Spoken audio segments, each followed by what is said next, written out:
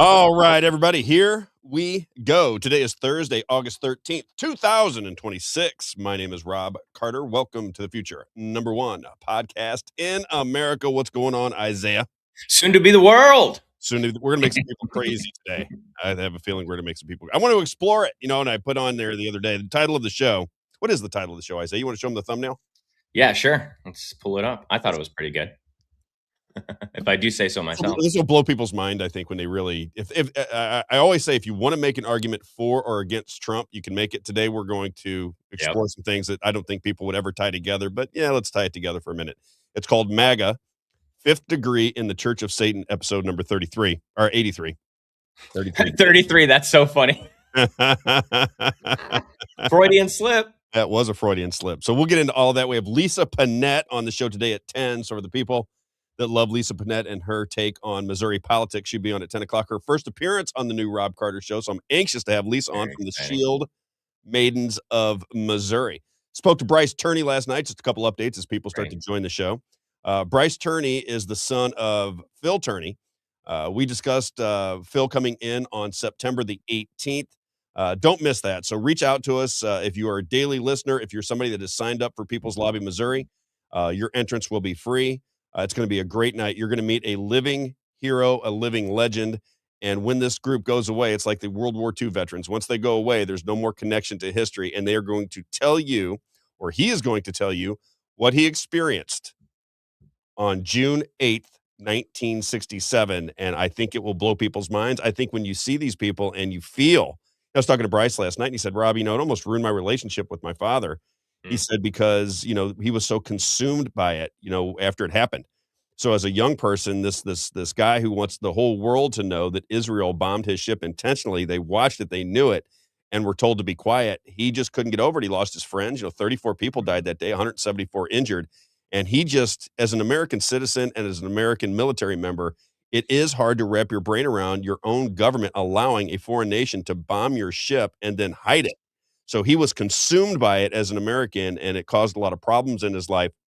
And now, closing in on 80 years old, the story is beginning to take shape, and I think it is going to be a fascinating night. I suggest that anybody concerned about history, anybody that's interested in what the real world looks like, join us on September the 18th. That's a Friday night. Even if you're skeptical, I'd say, even if Even you're skeptical, because this is a time where you can hear from someone who is actually there, not someone who was told a story and then they're regurgitating their story. No, you can talk to someone who is standing on the ship himself. So you got to ask him questions. We felt it. We know.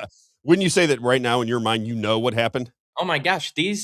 All these guys were just, no, they could be your grandpa. You know what I mean? Normal guys, and, families, and they say they weren't looking for anything other than just, can you guys, the only thing they asked Thomas Massey when we were there is, can we just get a congressional investigation? It's never been done. That's it. They want no compensation. They want no fanfare. They want nothing but the story to be told, because they believe, as military members, our country's in trouble with this alliance with Israel and the people that are running Israel at this moment in time, along with intelligence agencies within our government. They see problems on the horizon. If we continue to allow these things to happen without any repercussions or any understanding from our citizens, then you're in a slow road to nowhere. Okay. So Bryce Turney, I just thought he's just such a good dude. Man, is he a big guy? Holy cow. I was telling my wife last night. Don't feel unsafe with him. Woo! He is a big character. All right. And then we have G. Edward Griffin.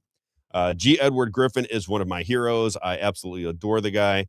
He has agreed to come on the show. I think we're going to have to tape it. I was talking to Isaiah earlier. G. Edward Griffin will be on the show soon. And that one we might have to tape. He's on the West Coast. And he said, Rob, I'll bite the bullet and come in early for a live show. He goes, and I said, no. I think he's 95 years old.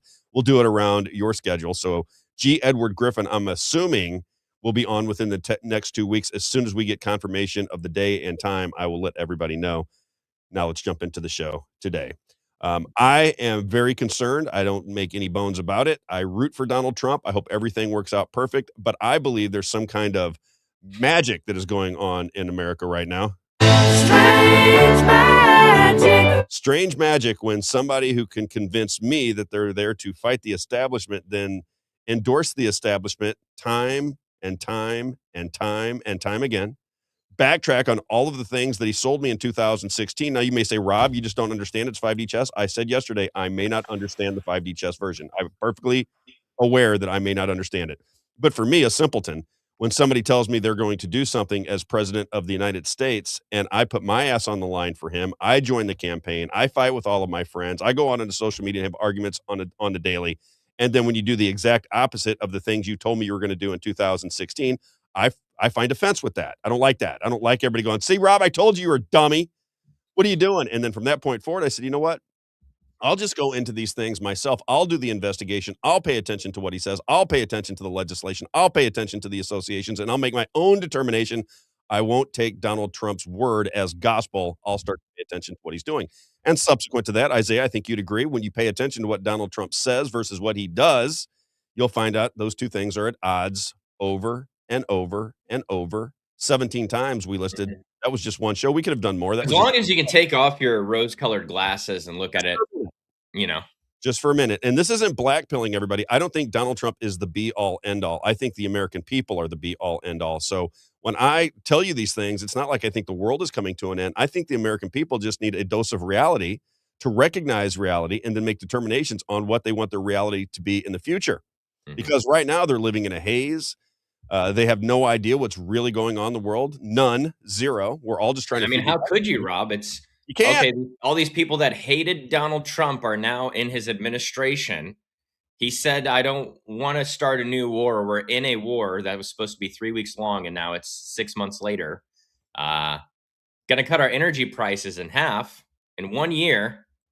Still hasn't happened, so that's where I'm at, Yeah. is I don't know how I Let's don't know run how through the people are signs. I don't know how it's sunshine and rainbows and the golden age, I don't either. I don't get it. just Golden age, perfect example, Isaiah. listen to an Golden age. economic breakdown this morning. They're talking about how, oh, the grocery prices are going down, but they said actually it's still 2% higher than where it was before the war. It is going down, but it's still higher than it was. And And, so, trust me, I tell you, I um, just went to the grocery store the other day to get some candy. mhm, I got some M&Ms and some, Raisinets because I like chocolate and I had to have chocolate in yep, the house. It cost me $14 for Raisinets, and I'm mhm, not talking about big, huge bags. I'm talking about something you yep, eat in one sitting. $14 for I mean, it is the yep. prices in the grocery stores for middle Jonathan hit it on America the head there. is not it's not possible to feed your family like we used to. I remember back when I had when I was raising 5 kids, I had my dad in the house and my wife Mhm, had 7 people I had to feed, and we were spending, $1,500, $2,000 a month on food. That would be $3,000 now.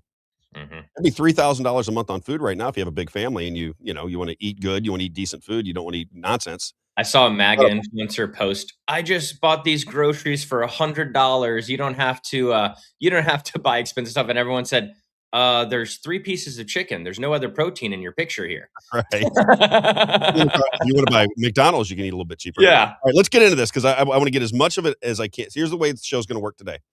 We're gonna talk about these things. You can make your own determination on it. I'm not saying I believe anything. I'm just giving you some information from which you can make determinations on your own. We'll have Lisa Panette on with the Shield Maidens of Missouri. She's gonna talk about the people that were elected, in the primaries. I shouldn't say elected, but the people that got through the primaries and, what she thinks of these people. So we'll get her take on Missouri politics at 10 o'clock, and then when she's out, depending, half hour, 45 minutes, maybe even an hour with Lisa, we'll go back to finishing the story. So we'll talk about it.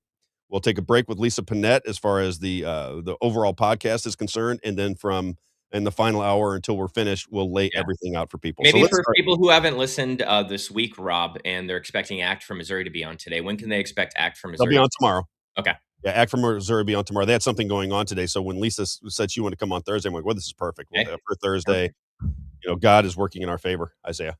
All I right, know. here we We go. don't have to work that hard. He does it all for us. He does it all for us. Let's start with the Church of Satan. Now, this is what was brought to my attention, and I ask everybody to just open mind for a minute.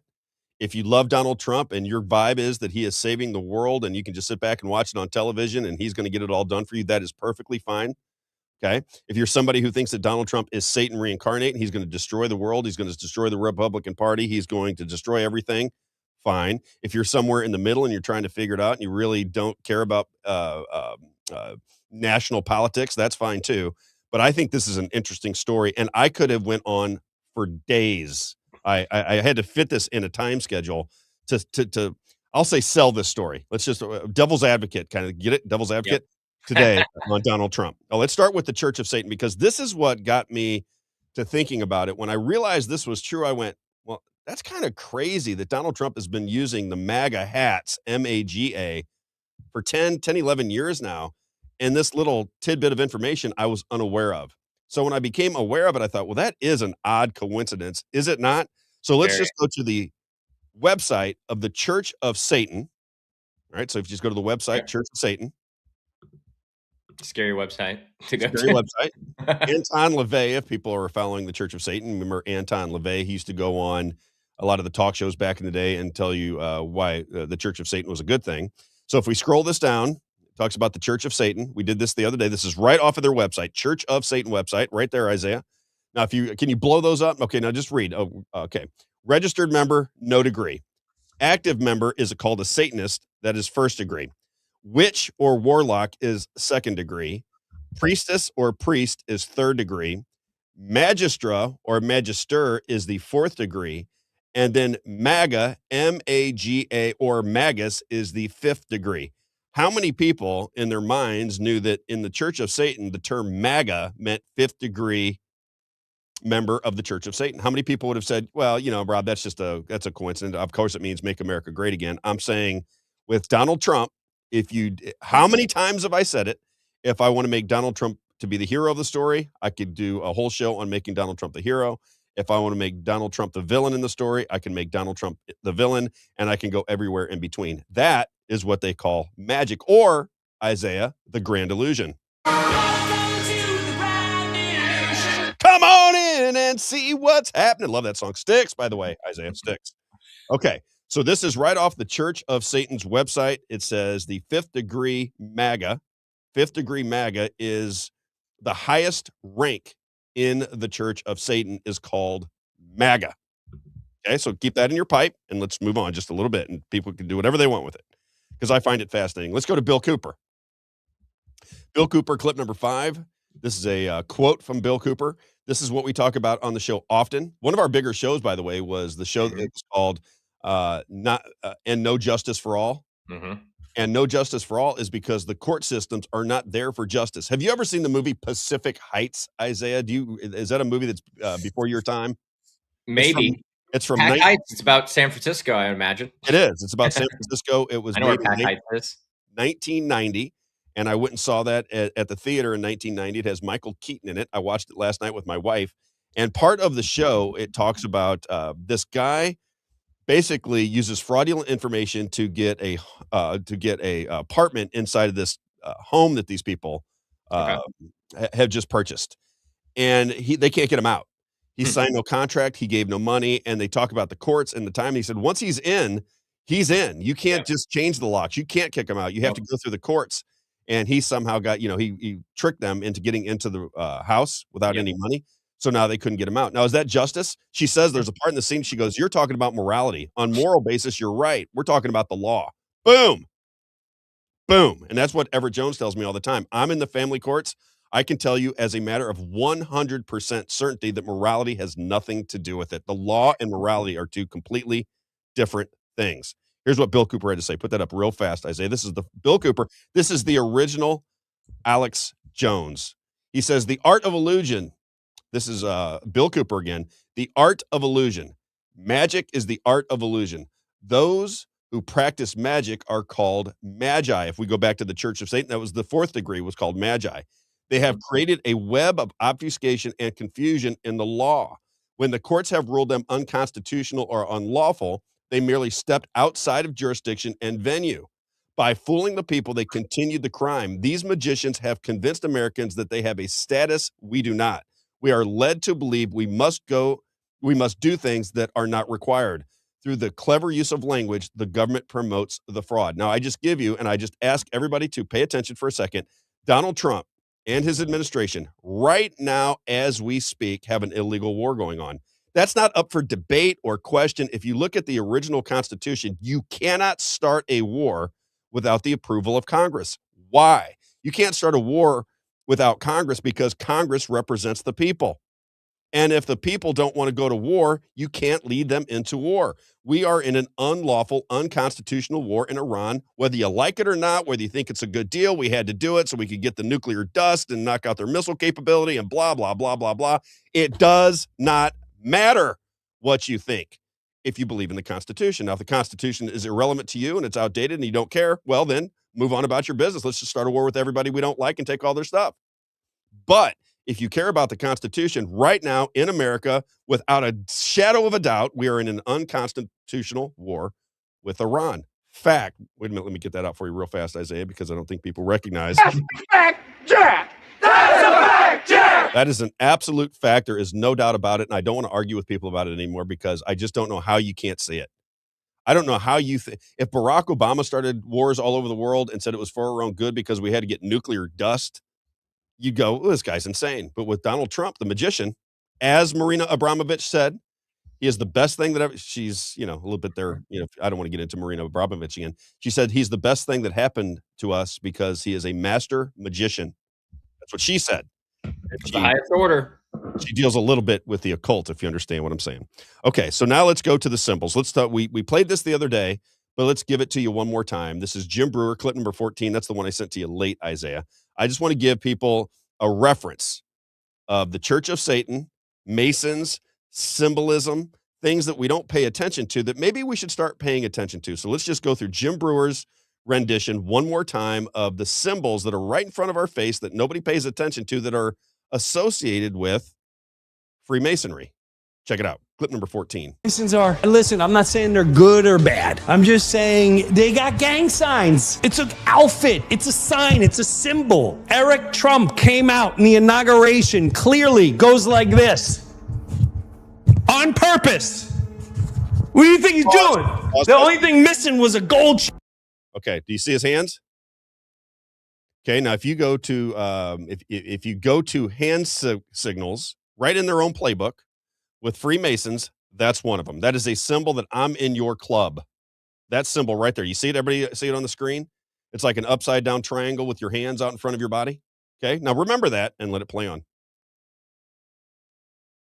Like, the club's in the house. And then his wife goes, boop, and he goes, look it up yourself. Not my Eric, not my administration, not my party. Not, yes. Watch Fauci. They're showing you on television. There's 33 cases. There's 33 cases. 11 more makes 33 cases. There's now 13 cases, which now makes the total of 33. This is nonsense talk. For some, yes. For the some that are getting it, it's a spiritual war, and you know that. Whoa. Is that the Pope? But he's a godly man, no? He represents Christ. I'm not accusing. These are just wacky pictures. Isn't it amazing how out of all these pictures, they all thought creatively the same thing to do? It's amazing. Creativity. Gotta love it. You're not going to believe this. People from all over the place, they all do this together. You're kidding me.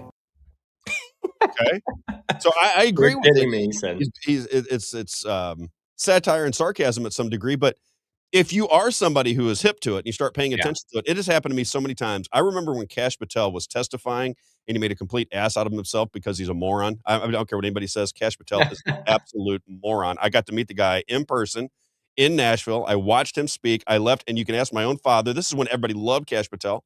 I walk out and I go, he's like a 12-year-old. What that was bizarre. Did you find that bizarre? My dad didn't see it as much as I did. But when he was given the presentation, every other word was literally. It's like when you tell a child, you go, listen, when you say he was like, awesome, man. It was like, and I go, one of my daughters was doing that. And I said, honey, you have to train yourself not to do that. You're getting into a bad habit and you sound not so bright when every other word is like. So try to remember not to do that when you're speaking.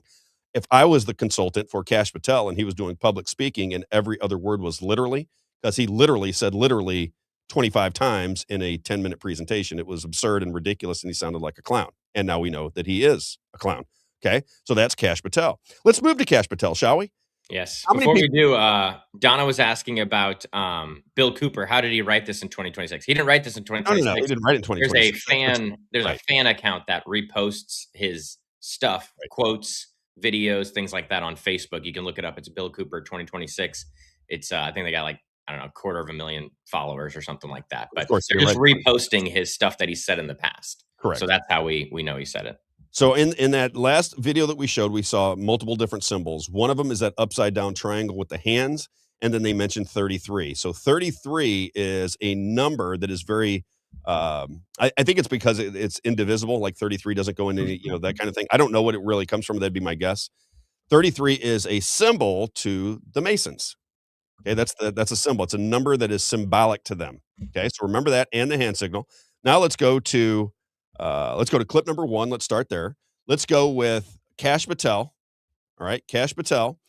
Kash Patel, when he was testifying, as I was saying before, he said 33 3 times. And I went, I almost thought it was funny. I thought, is he joking around? Is he being sarcastic? He kept saying 33 cases, 33 this, 33 that, and he said it 3 times in this testimony. I made mention of it the next day on the radio. I said, that was kind of bizarre, because everybody talks about these symbols. Yeah. And here is Kash Patel in testimony that everybody was watching on Fox News, CNN, and C-SPAN, and he says the number 33 3 separate times. And then I found this one just yesterday, and I don't know if people pay attention to it very much, but this was his press conference. This was the press conference that he gave when he supposedly had Tyler Robinson all wrapped up with the great police work that they did to find the killer of Charlie Kirk. Here is Kash Patel, the genius, Kash Patel's press conference. Check it out. Tell me what you think. Clip number 1, Isaiah. What happens when you let good cops be cops? The FBI and our partners are proud to stand here today together to bring justice to the family of Charlie Kirk and honor his memory.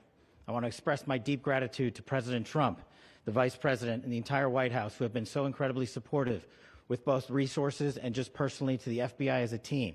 They had our backs the entire way, and I just want to express my gratitude for giving us the resources we need to operate in this space to bring this sort of justice at this sort of speed. In 33 hours, we have made historic progress. That's good, Isaiah. Charlie. Governor Cox. Now seriously, in 33 hours. Now, this is the same guy that in testimony, and it was really Epstein that he was talking about, he used the number 33 3 times. I can't find it. I was looking for it yesterday when I was preparing for the show. There used to be a clip on X, and it was all of the times that 33 was used during COVID. Oh, I've seen that. Yep. It's incredible. It's like a 15-minute video of people saying 33 cases, 33 this, 33 people dead, 33, 33, 33, 33, 33. And it's this long, and I thought it was a magic trick to sell COVID the way they did. I talk about it relentlessly because I just can't believe that people fell for it the way that they do, and they still fall for it. They still fight you on it, despite all the evidence to the contrary. They are in some form of magical haze to where they cannot figure out that COVID was an absolute con job. The only thing I can say, strange magic, Isaiah. Strange magic. Strange magic. I got some information on the number 33 because I did know one thing that I saw Kevin Gotch throw up is that Jesus was 33 when he was crucified. So he's on so that's one of the things. And then a person broke it down here and said the number 33 is not just selected at random by the originators of the Scottish Rite. It's long been considered sacred within Christianity for several reasons. For Jesus, the Gospels list 33 miracles performed by Christ. 33 also appears in the Old Testament and other Jewish writings. Jacob, who is renamed to Israel, had 33 children. Mosaic law required that a woman purify herself for 33 days. This is the craziest one, is that the birthplace of the Scottish Rite in 1801 and Jerusalem are both between 32 degree and 33 degree on the latitude line. Really? Yeah. So that's very interesting. So that's the same place in Charleston and in Jerusalem.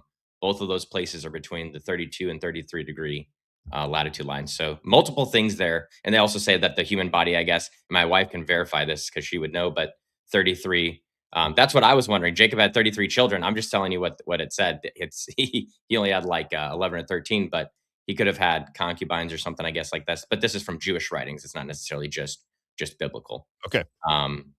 Yeah, very, very interesting. Lots of 33 bones in the human vertebrae too. So these are all things that people are asserting are different reasons why there's 33 used in and why it's imagery and why it's symbolic. So, okay. The two that stand out to me is Jesus's life and then the temple, Solomon's temple, being between 32 degree and 33 degree on the latitude line. That's very significant. Okay. So what we can say is that 33 is something that is associated with Freemasonry. Yeah. Fair enough. Yeah. Okay. So now let's go to clip number 11. Now I did a podcast originally. This is when I was the biggest Donald Trump fan in the world, but I had, I got my buddy Bill in here, my buddy Charlie. I have several friends that told me from jump that I was outside of my mind, that I needed to, they didn't know what kind of drug I needed to take, but some form of medication to bring me back into reality, because they said Donald Trump is just a lying. How can you not see, Rob, that he's lying every day? My buddy Charlie, I said, Charlie, I recognize that he's not telling the truth about everything. I said, but I think he's a con for the good. And I remember my buddy Charlie goes, Rob, listen to yourself, man. He goes, listen to yourself. You're talking about a con man, and because you think that he's doing good, you've determined that his lies and his cons are for the good. And I thought about that, and it stuck with me, and over time, I started to change my opinion on it, and now I see where Charlie's coming from, because I've reached the position that Charlie's in, because now I look at people and I go, there's no evidence. There's zero evidence that Donald Trump is saving the world. Now, you can talk about the economy, which Rick Babbitt does. I can't tell you how that's going to play out. But I'm saying what he's doing to society, all right, dividing us, everybody fighting over certain things. The podcasters are divided. The news outlets are divided. The Republican Party is divided. Everybody is divided. That can't be a good thing, can it, people? If everybody's divided and you're the only one that's right, I mean, come on, let's use some sanity here. Yeah. Okay. My pastor calls it the divided states of America. It is. It's a complete division of our entire society is completely divided. Now let's go to clip number 11. Now, when I did the podcast back in the day, I said, okay, I'm going to take these guys and I'm going to use what they're telling me, and I'm going to put a podcast together. And what blew my mind about it was how much information there was even back then. This is 5 years ago, about Donald Trump and things that you would find a little bit salacious, evil, if you will, things that didn't make any sense. Because at the time they were saying that Hunter Biden and Joe Biden were pedophiles. That was the big news. I even made mention on the original podcast, Joe Biden, when he was running for president in 2020, there was all kinds of internet videos of him handling these kids in on the Senate. When they yeah, he's grabbing them, he's grabbing their waist, he's got his hands around their boobs, he's kissing them, they're moving away from him, and it's like a 10 or 20-minute video, and this guy had tagged him Creepy Joe Biden. It had millions of views. Creepy Joe Biden, and it was showing all these videos of Joe Biden's taking liberties with kids under the age of 12 in the Senate. When a senator won election, they would come in, they would take the oath, they would bring their family in for pictures, and Joe Biden would stand up behind him, and there's one where he's got his hand by this girl's boob. He's got his hand like this, and he's moving it up slowly by her boob, and she pushes it down. There's one where he's trying to kiss this girl, and she keeps moving her head away from him. There's one where he takes this young girl and he grabs her around her waist and he pulls her to his groin. There's one where Sessions has this little girl and he's holding the girl, and Joe Biden comes up next to him and Sessions slaps his hand away and takes the girl and moves away. There was all kinds of video that, whether it was real, whether it was just bad luck, because there it is. There's one of the pictures. That's with Chris Coons. But there was a ton of them. And I kept thinking to myself, if somebody that you're running for president, and you think that this person is going to destroy the planet if they become president, if you remember back to the 2020 rhetoric, and he has the nickname Creepy Joe Biden with all of this video out there, I would use it. I don't know why. And then we changed it to Sleepy. And I said back at the time, I said, which nickname would cause more problems? Creepy, that's one of them right there. That's just a piece of Creepy Joe Biden or Sleepy Joe Biden. I ask anybody right now, if you're running for president of the United States and you have these videos of Joe Biden taking liberties with all these young girls, and it's out there and millions of people are viewing it, and everybody in social media is calling him Creepy Joe Biden, why would you change his name or change his nickname to Sleepy Joe Biden? Sleepy is not nearly as, you know what I mean? Yeah, it's not as, it doesn't punch as hard, right? It doesn't punch as hard. It's a jab instead of a left hook. Yeah. Okay. And they're called attack ads. So you're supposed to be attacking them. And I feel like Creepy would be better attack than Sleepy. I thought it did him a favor. And I said so at the time. So this isn't revisionist history. I said so at the time. I said, why would he change the nickname to Sleepy when Creepy is already established? If people remember. All right, let's go to clip number 11. This is Donald Trump on the Wendy Williams show. Now I ask all parents, make sense of this for me. Now, take off for the Trump people that think he is just the most wonderful man in the world, and there's been assassination attempts on his life, and he's doing everything he can. Rob, you just don't get it. Fine. Not arguing with you. I don't want to get on the bad side, on the wrong side, if you understand. I just want to say, explain this to me as a parent. Explain it to me. Clip number 11. Trump.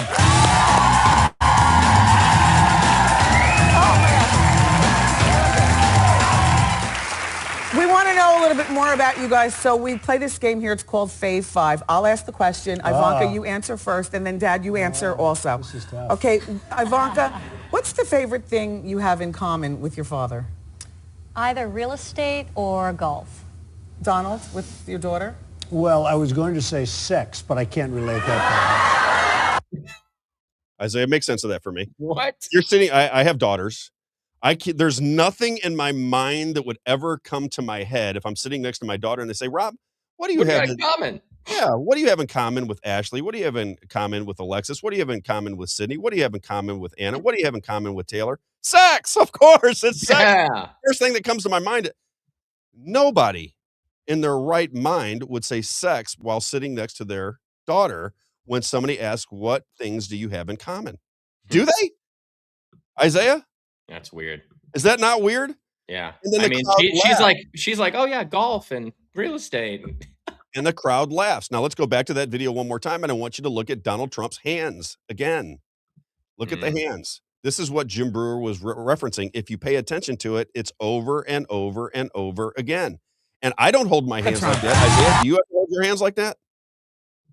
You ever hold your hands like that, Isaiah? Yeah. I learned it's a power stance. I've learned it in a that's thinking when you do this. Yeah, I learned it in a speech class. Where but this is upside down. Yeah, you hold it out in front of you. This is what they teach you. Is that when you're talking, it's like a power stance, and so you hold it out in front of you like this, and then you can let it down. So but it's awfully convenient. I've never held my hands like that when I'm sitting, and he does it all the time. So maybe it is a power stance, but it's also it's formally taught by people to when you're learning speech and public speaking. It's formally taught to do that. Trust me, I've Toastmasters, public speaking for the last 25 years. Nobody taught me that, so it might be new, but nobody taught me that. No, it's been around for years. I'll just say that is very odd to me. That somebody makes these comments. These are associated with the Freemasons. And there he is. So let's go a little bit further with the Freemason theory. Let's go to clip number 2. Now, somebody did a video on social media. So when I was preparing for the show, I thought, well, let's look into this just a little bit more. Let's see if anybody on YouTube has done study, this or that and the other. And here is a little 6-minute video. We won't play the whole thing, where this guy looks into Donald Trump and his associations with Freemasons. Clip number 2, Isaiah. Check it out. I love the picture, the first picture.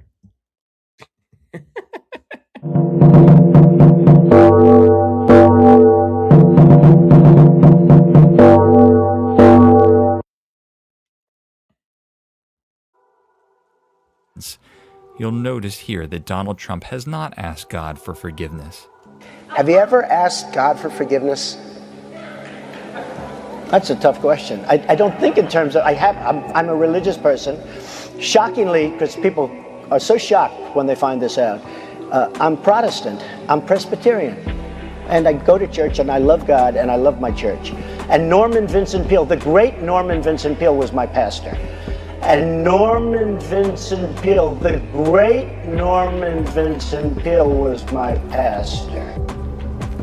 Peale is the highest order of the Freemasons and is in the Temple Architects Hall of Honor from ScottishRite.org.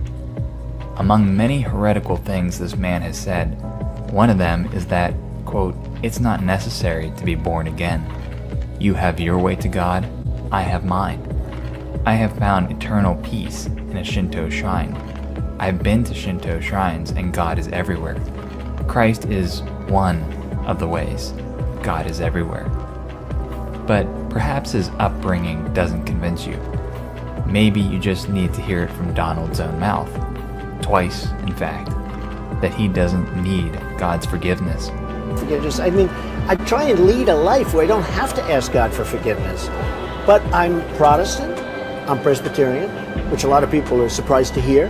I go to church. The great Norman Vincent Peale was my minister for years. The power of positive thinking was fantastic. But have you ever asked God for forgiveness? I'm not sure I have. Yeah.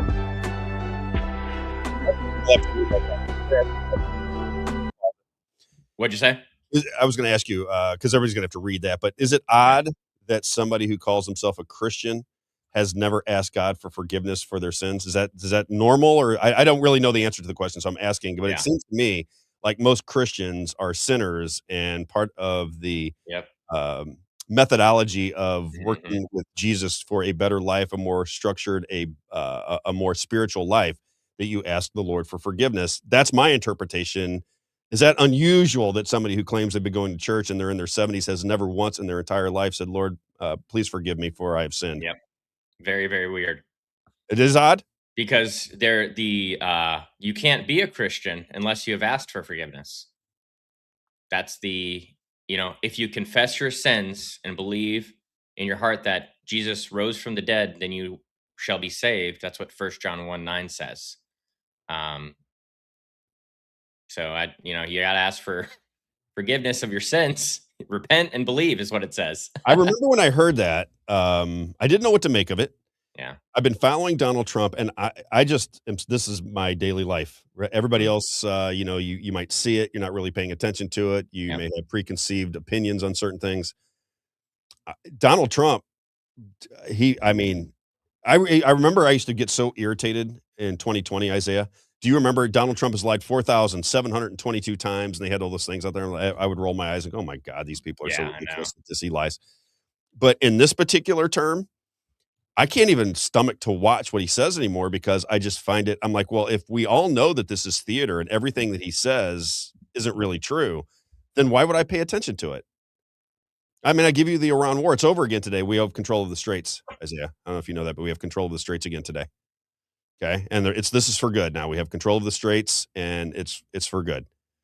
But I don't know how people can jive it. I don't know how the people that are completely in love with Donald Trump don't see it anymore. I don't see how you can not recognize that he just says whatever's on his mind. It has it's not based in reality whatsoever, and he does it routinely. And people cheer for it. I think it's bizarre. That's why I said it is magic. How many times have we talked about Edward Bernays? We talked about Edward Bernays. There's a young lady. She goes by Silicon Sally, and she says, I started paying attention to Bernays, and then I started to understand what was going on. Well, yeah. The premise of Bernays was that through imagery and repetition and new forms of media, you could control the minds of people so that a small group could control the entire world. That was the premise of his teachings, coming from Sigmund Freud. And then his relatives started Netflix. Okay, so it's not like these things are all crazy. I mean, there's definitely some relevance to it. It's should you decide to investigate or believe it is the way I would look at it. Yeah. See, all right, Mary Stu is vindicating me. Public schools teach this. She's talking about the hand things. Public schools teach it? Yeah. I learned it at SCA. That's what I'm saying. It's like, it's pretty. That's why I said I don't know if they teach it when I was young. Because I was a public speaker when I was young. I studied public speaking when I was young. I wanted to get into journalism and media and broadcasting when I was young. I went to Toastmasters, and nobody ever said, hold your hands like that. In fact, when I was in school, what they said was when you held your hands like this, when you hold your fingers together, it created a circular energy in your hands, and that was a sign of deep thinking. That's what they said. It was a sign of deep thinking. So, but they didn't say anything about a power stance or anything of that nature back in those days. But I'm a little older than you are. Yeah, Google it. You'll see. Oh, I don't doubt what you're saying. I mean, I'm just saying you'll be interested because it's not just this one. They have many of them, and so you'll find it interesting too. Because I know you like that psychology stuff, and so you would find it very interesting the different things they talk about and how you stand and things like that. You would nerd out on it. I get into body language big time. Yeah. I sometimes know things. And I'm like, I wonder why. It's just because I'm so in tune with body language that I'll recognize things that other people around me go, what are you talking about? I go, you didn't realize that? That guy was weird, man. You didn't say, and they don't even know what I'm talking about. I'm like, wow, okay. Let's go to just a couple things to bring to everybody's attention. Here's Donald Trump saying he's not a Christian, never corrected himself. Nobody asked any questions. Clip number 13. It says it right out there for everybody. Did you see that this was trending this past weekend?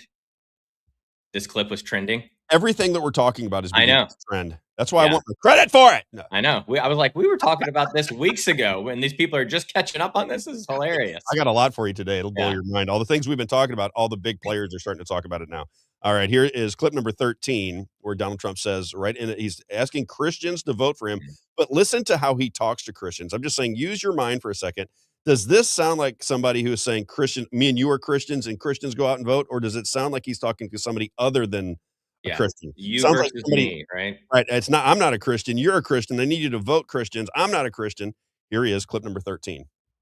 Again, Christians, get out and vote just this time. You won't have to do it anymore. 4 more years, you know what? It'll be fixed. It'll be fine.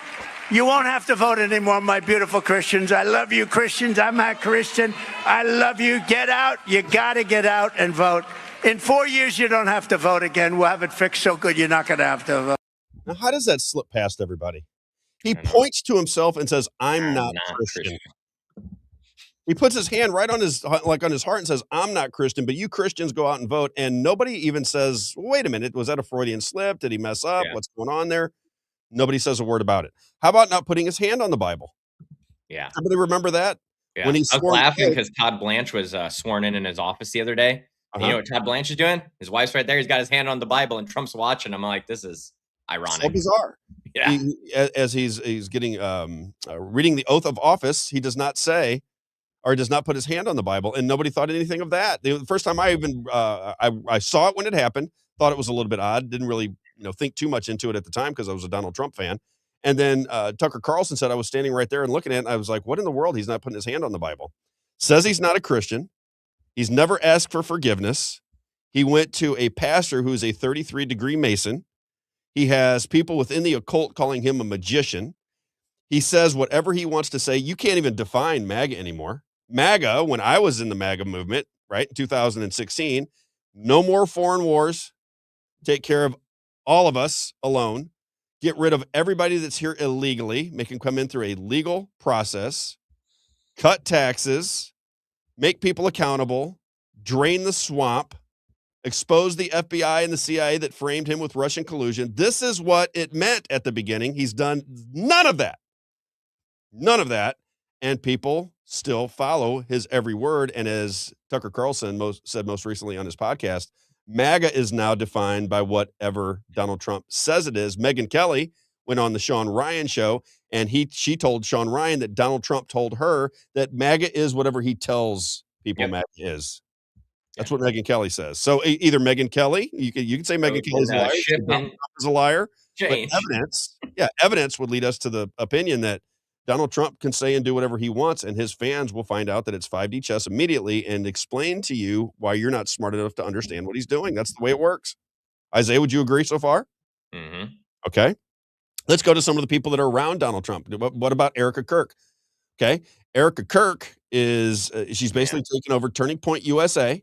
She was involved in Donald Trump's beauty contest when she was young. Her father was a military contractor working on behalf of Israel.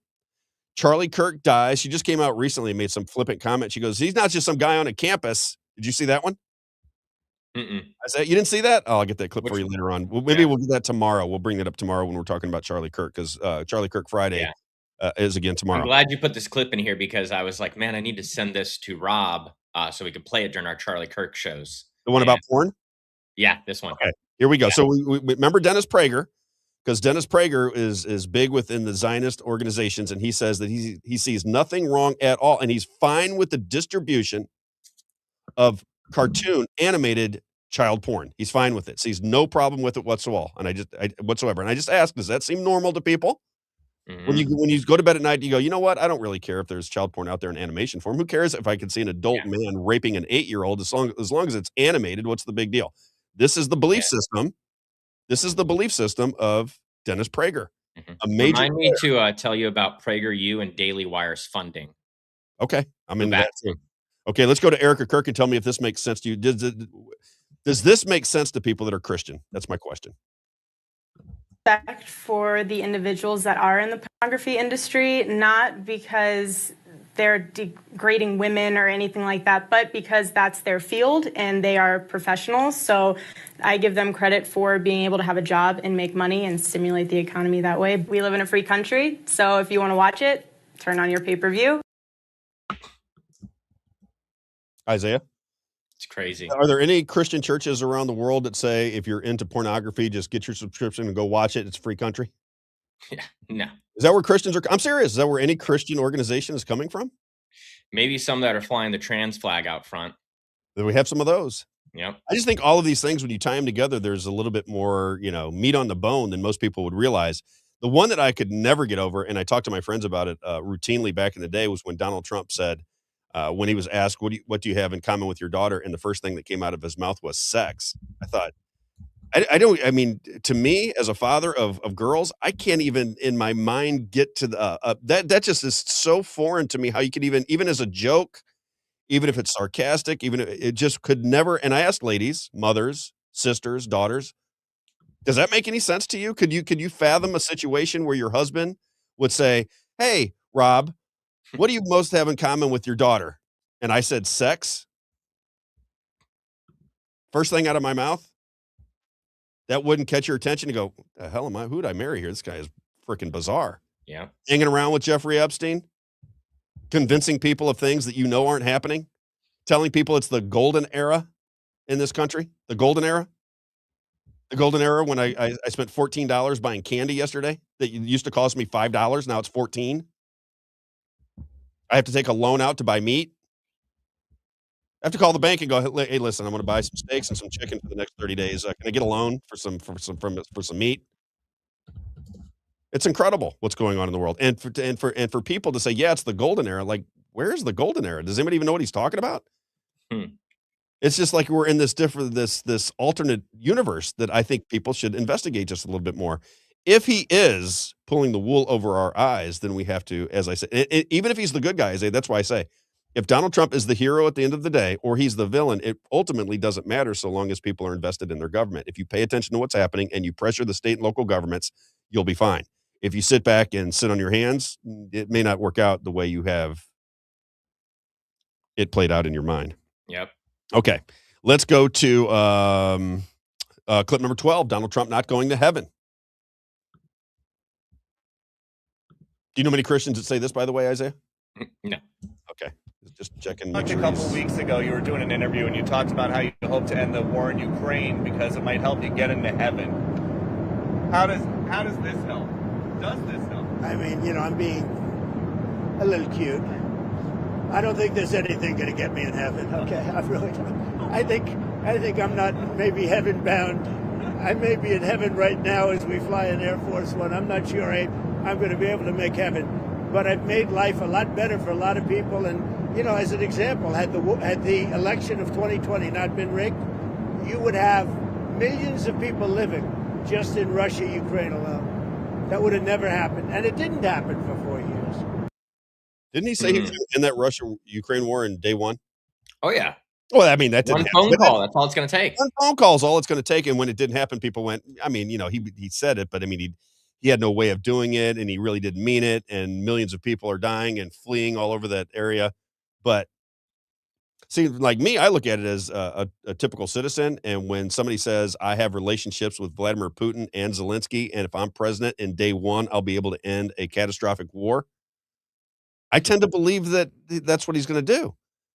So when he doesn't do it, you're like, well, wait a minute. Didn't he tell us he was going to end that in day one? And when he says he's going to start no more foreign wars and even made fun of Barack Obama for suggesting we may go to war with Iran, he actually predicted that Barack Obama would go to a war with Iran to win an election. And then he starts a war with Iran after Charlie Kirk is assassinated and Kash Patel says that they solved the case in 33 hours. Very interesting. Can we go through a little recap here very quickly, and then we'll do some advertising? Yeah. So Donald Trump. I guess I got to tell you about the PragerU and Daily Wire funding. Okay, let me just do a recap and then you get to there. So Donald Trump says he's a Protestant Presbyterian, I believe. He says his pastor's name is, and I looked him up. That turns out to be true. His pastor is a 33-degree Mason. Okay. Then he says in a rally that he's not a Christian. Then he says he's not going to heaven. Then when asked what he has most in common with his daughter, he says sex. He's aligned with Erica Kirk in her religious thought. He's aligned with Dennis Prager in his religious thought. Dennis Prager believes that it's perfectly normal to sell and distribute child pornography so long as it's animated. And Erica Kirk says she sees nothing wrong with pornography and women in the porn business. They're stimulating the economy. And if you want to watch it, it's a free country. Just get your pay-per-view and check it out. Okay. Then you have the the symbolism. You have Donald Trump saying that mRNA vaccines that destroy your DNA, according to almost everybody that's paying attention now. Not only is he lauding it as a great achievement, he continues to promote them, even to this day. He said he was going to get everybody out of the country that was here illegally. He became president, and within 2 weeks, he said, except for agriculture and hospitality, which is 90% of the people that come here illegally, that's where they end up working. Isaiah? I don't know. And then, we're going to talk to Lisa for a minute. And then afterwards, you've got the Kushner family buying the Lakers. Did you hear this? The Kushner family's buying the Los Angeles Lakers. That's crazy. You can't make some of this stuff up. All right, let's do some. Do your thing, and then I'll do my advertising. So we'd been talking about PragerU being such a Christian focused organization, right? As far as educating Christian people with as far as politics and things like that. And so I looked into who is funding PragerU. And funny enough, the people who fund PragerU also fund Daily Wire. And so these brothers here, Dan and Ferris Wilks, have you ever heard those names? I've never heard them. No. So they're, Forbes lists them as, 400 undercover billionaires, basically. And so and you can see right there on their Wikipedia page, it says that they are the major investors and funders of Daily Wire and PragerU. Yep. They are not Freemasons, but funny enough, they got rich from starting a masonry for stone and bricklaying. So I just thought that was ironic, but there's no connection to them being Freemasons. The interesting thing is that they're on the leadership for this organization called the Assembly of Yahweh. So it's a supposed Christian organization, Christian church. And this has got, you may not know about this, Rob, but in Christianity, there's different sects of Christianity where people believe that we still have to adhere to a lot of the Torah. And so sometimes people call it the Hebrew roots movement. There's the sacred name movement that's associated with like Seventh-day Adventists who believe that we should be worshiping on Saturday and that Sunday is not holy. These different ideologies within Christianity and a lot of heretical beliefs as well that are not inside the orthodox beliefs of Christianity. So, for example, these guys don't believe in the Trinity. They don't believe about a 3-in-1 God, right? They believe we still have to adhere to the dietary restrictions. See, that's Ferris Wilks. That's the guy right there I was talking about. He's the pastor. And so I just thought it was very interesting that these are the guys who are funding, and they come from a heretical Christian background of believing that we actually have to adhere to the Torah still, and that we need to be more Jewish, basically, within our faith. So I just thought, when I found this out, I was like, man, Rob's going to think this is crazy, that this is just. It doesn't even surprise me a bit. I mean, yeah, I know. Does anybody else think it's kind of odd that Donald Trump's daughter converted to Judaism? Yeah. Nobody thinks that's odd at all. They think that's kind of strange. And then Jared Kushner is right next to him, and he was doing business with George Soros. Nobody finds that odd at all. Nobody. I'm the only one that thinks it's interesting that Jared Kushner's father was a criminal. Then he aligns with Ivanka Trump, becomes her husband. She converts to Judaism. And then you find out that the Kushner family was aligned with the George Soros family with a company called Cadre, where they borrowed $25 million to start a real estate investment company. And nobody thinks anything of it. Then you have Vivek Ramaswamy praising George Soros in the Washington Post and taking a George Soros loan. I mean, you could go on and on with the connections of this elite class and make whatever determination you want. What I would say is be very skeptical and ask questions. And if we had a press, they would simply ask these questions, but they don't. And that shows you the complicity with the press.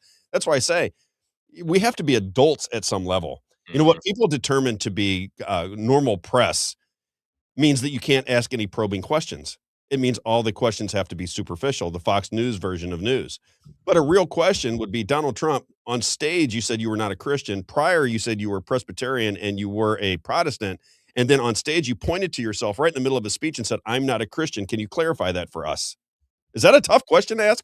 Donald Trump, when you went on the Megyn Kelly show and said that you did not sign or you did not instigate the Medal of Commendation for the Warp Speed team with Dr. Darth Fauci being listed while you were president on January 19th, 2021, when you said you didn't do it, shouldn't the next question be who did? Can you tell us who put that out on your behalf? Because it comes from the White House. You're the White House. If it comes from your desk and you didn't do it, then who did it? And are you upset with those people? Right? These are just simple journalism 101 questions. But if you auto pen? Yeah, but if you ask them now, people think that you're crazy. They think that your line of, like what I'm saying today, half the audience will think I'm outside the bounds of my mind. And I say, well, then how do you explain it all? That's all. How do you explain it? How do you explain the answer that Donald Trump gave about his daughter? How do you explain it?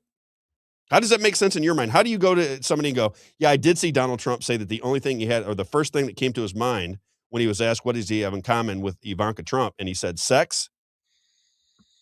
What in your mind? How do you make sense of that?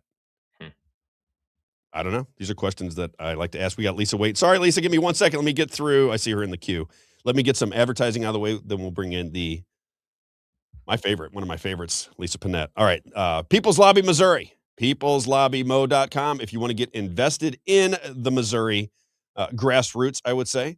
I always say there's 3 organizations that I really, really like, and that is Shield Maidens of Missouri, actformo.org, and People's Lobby Missouri. This is the grassroots. We don't all agree on everything, but what we do is we put a lot of attention and a lot of pressure on power.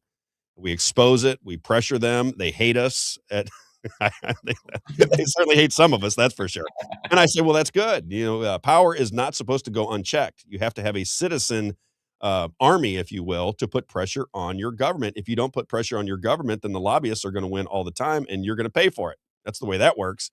So I say go to peopleslobbymo.com. We'd love a donation. We look for small donations by the thousands. That's what we ultimately want. And we will begin to market our message to more and more Missourians so they get involved in their government, so they don't pay outrageous taxes, so there's not crime all over the streets, so there's not drugs killing their kids, so their children aren't being indoctrinated in their schools, so we have legit elections, on and on and on and on. Okay?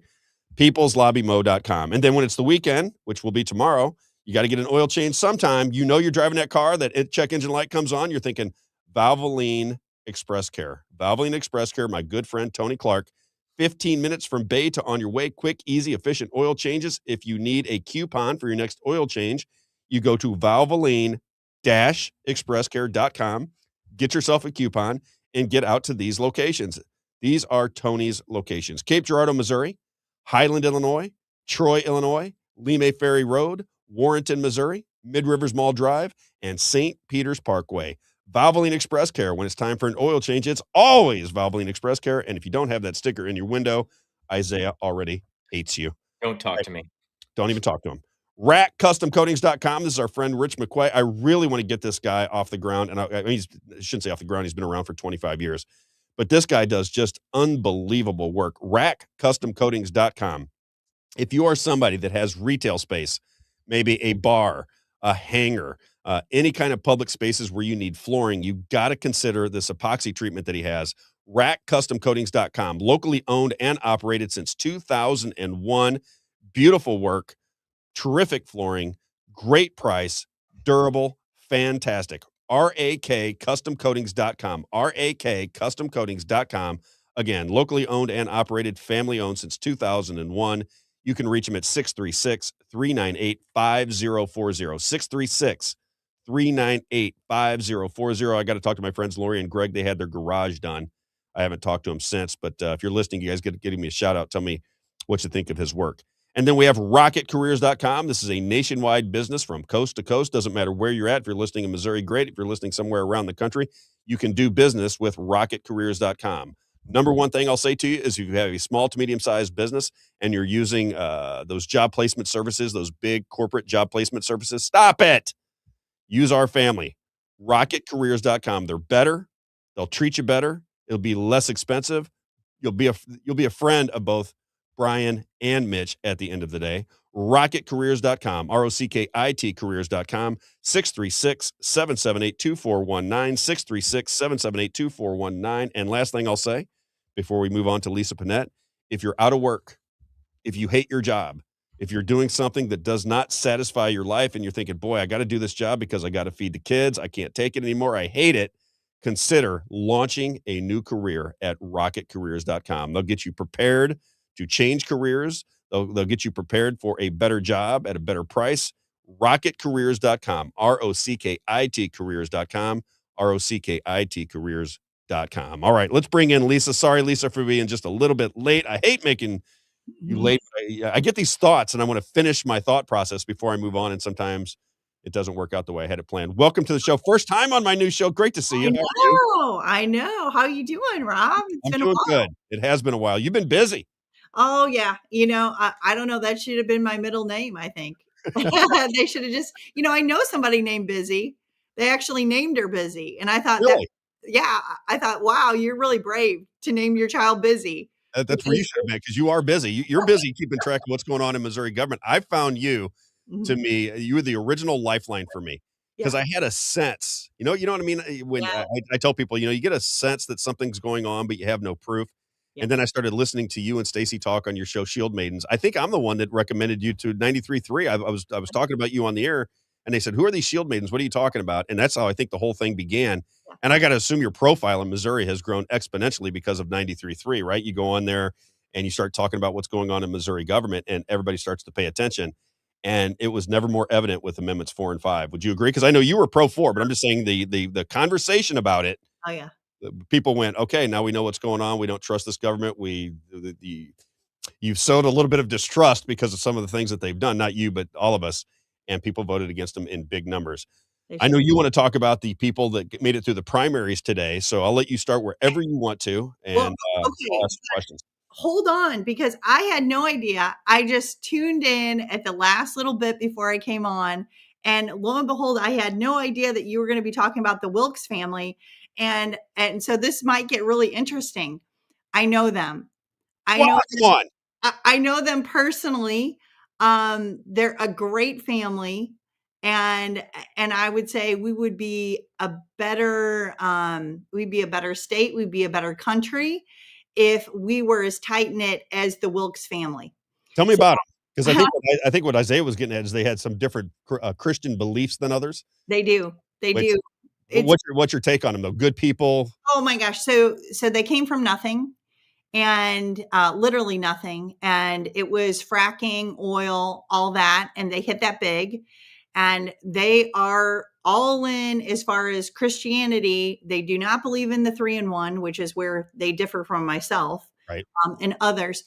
But I mean, just overall, real believers. They are Jewish roots. That's who they are. They're not the Seventh-day Adventist. There's a little bit of a split there. And they just fully believe that you have to follow all the Jewish root stuff. And so I just have to say, oh my gosh, I can't believe they're talking about the Wilkes, because I mean, I really, really know them, like that family, and I know how great the family is. And so I guess it's one of those places where God puts you, when you know something good about someone, you have to stand up and defend exactly what you know. And the same, if you know bad things about people, or you have skepticism, which I often have skepticism. So I would have been in the same place that you are with I'm that. not in any place. And I want to say this to you before you, you and I sat down at lunch one time, and I got a read on you, right? And I said, Lisa and I are very similar, because there are people that people think are villains. And you said, I don't think that person's necessarily a villain. I think they're searching for God. I see it the exact same way. I know when we were talking about that, it comes off as though the Wilkes family, Dennis Prager, some of these things are necessarily bad or evil people. I don't see it that way at all. I want to make that very clear. What I'm saying is it is off the reservation for a lot of people. A lot of people think that they are in line spiritually with certain people. Yes. And they're really not. They're not in, which doesn't necessarily mean bad or good. It just means they are not as in line with people the way they think they are. That's all we were getting at. I don't know where Isaiah's coming from. I know from my point of view, I have a lot of people that are friends of mine that are atheists that I love very much. I have a lot of Jewish friends that are friends of mine that I love very much. Muslims that are friends of mine.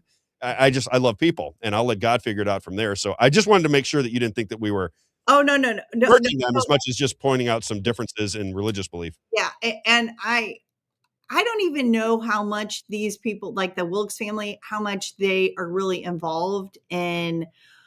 I think they believe that they need to be a voice. So they funded Charlie Kirk, for example, and they fund Ben Shapiro because of the Jewish roots things. But I'm not sure that they would be completely aligned with everything that goes on politically, nor are they. I mean, because again, they're people with a lot of money and they have their hand in a lot of things that are important to them, like schools, for instance, and different things like that. But anyway, so since I came on the tail end, I thought, oh, no way. I can't believe they're talking about the Wilkes, because I know the Wilkes and I know that, they're just great people. So fascinating.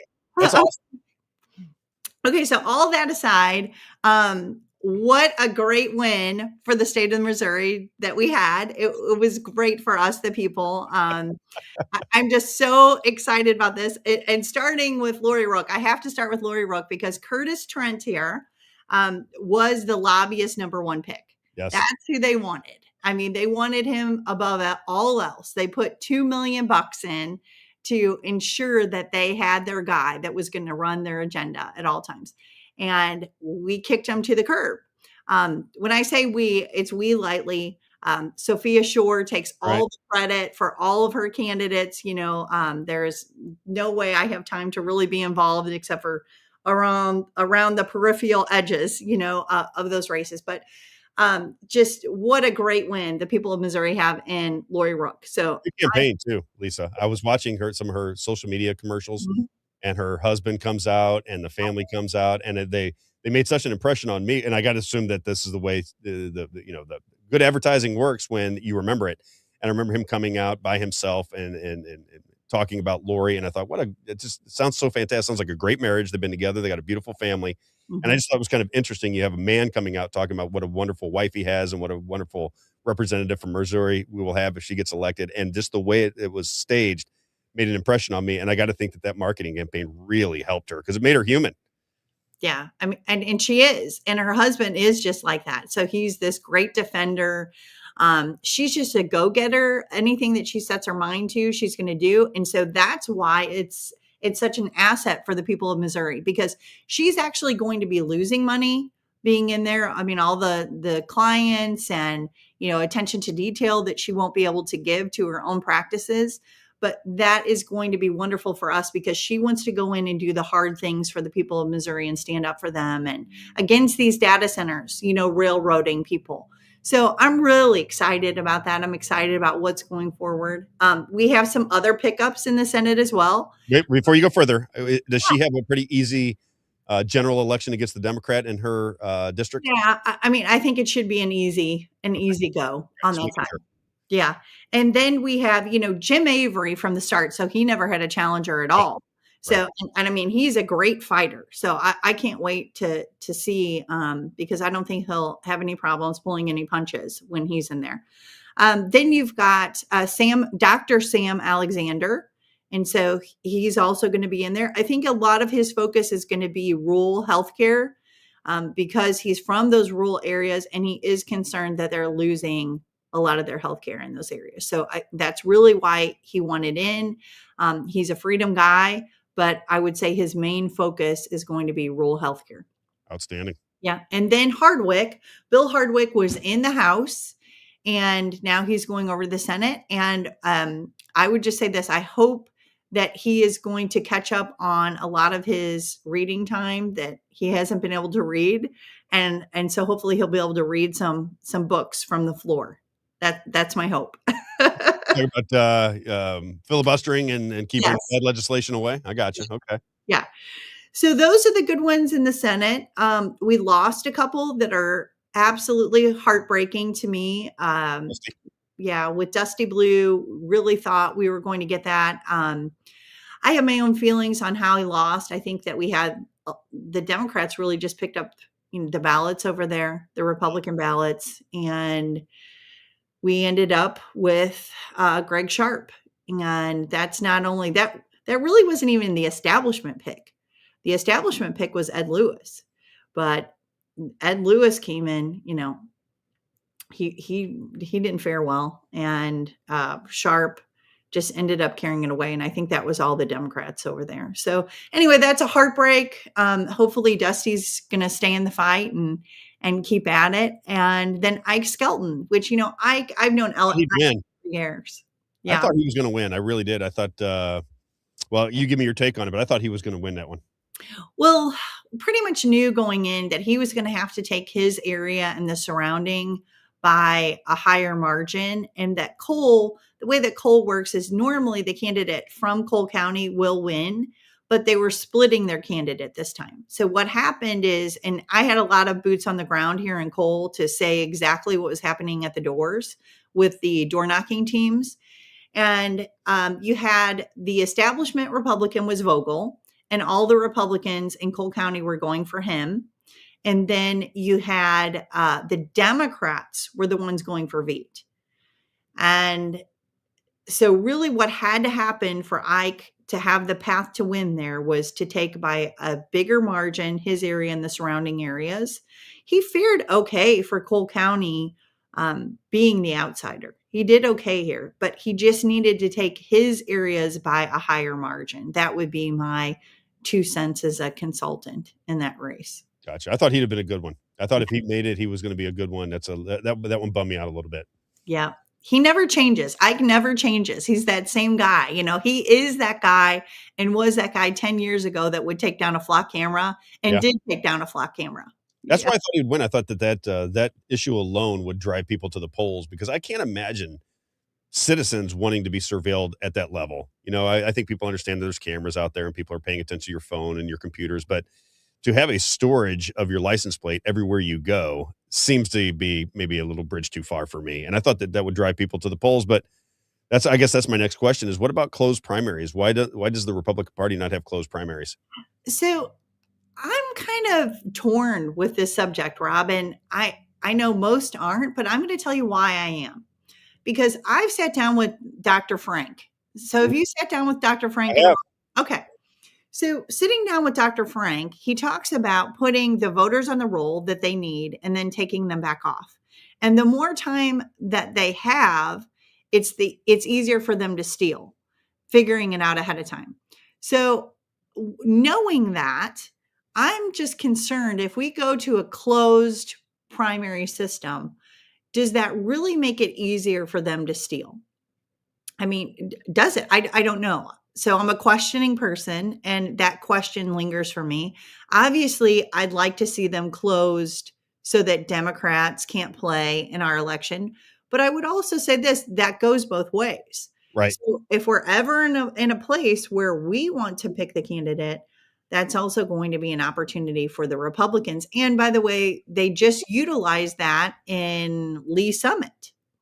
It was Lee Summit or Blue Springs, one of those, one of the Kansas City areas over there where they were going to have a Democrat. And so they picked the lesser of the evils by picking Democrat ballots. So that does work to our favor in some circumstances. And so it's realizing all the consequences. Like, Rob, we closed off ranked choice voting here with an amendment a few years ago.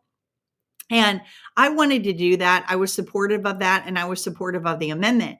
However, I was critical of Senator Ben Brown, and we had discussions about it because in that same amendment, it also shut us off from being able to have runoff elections.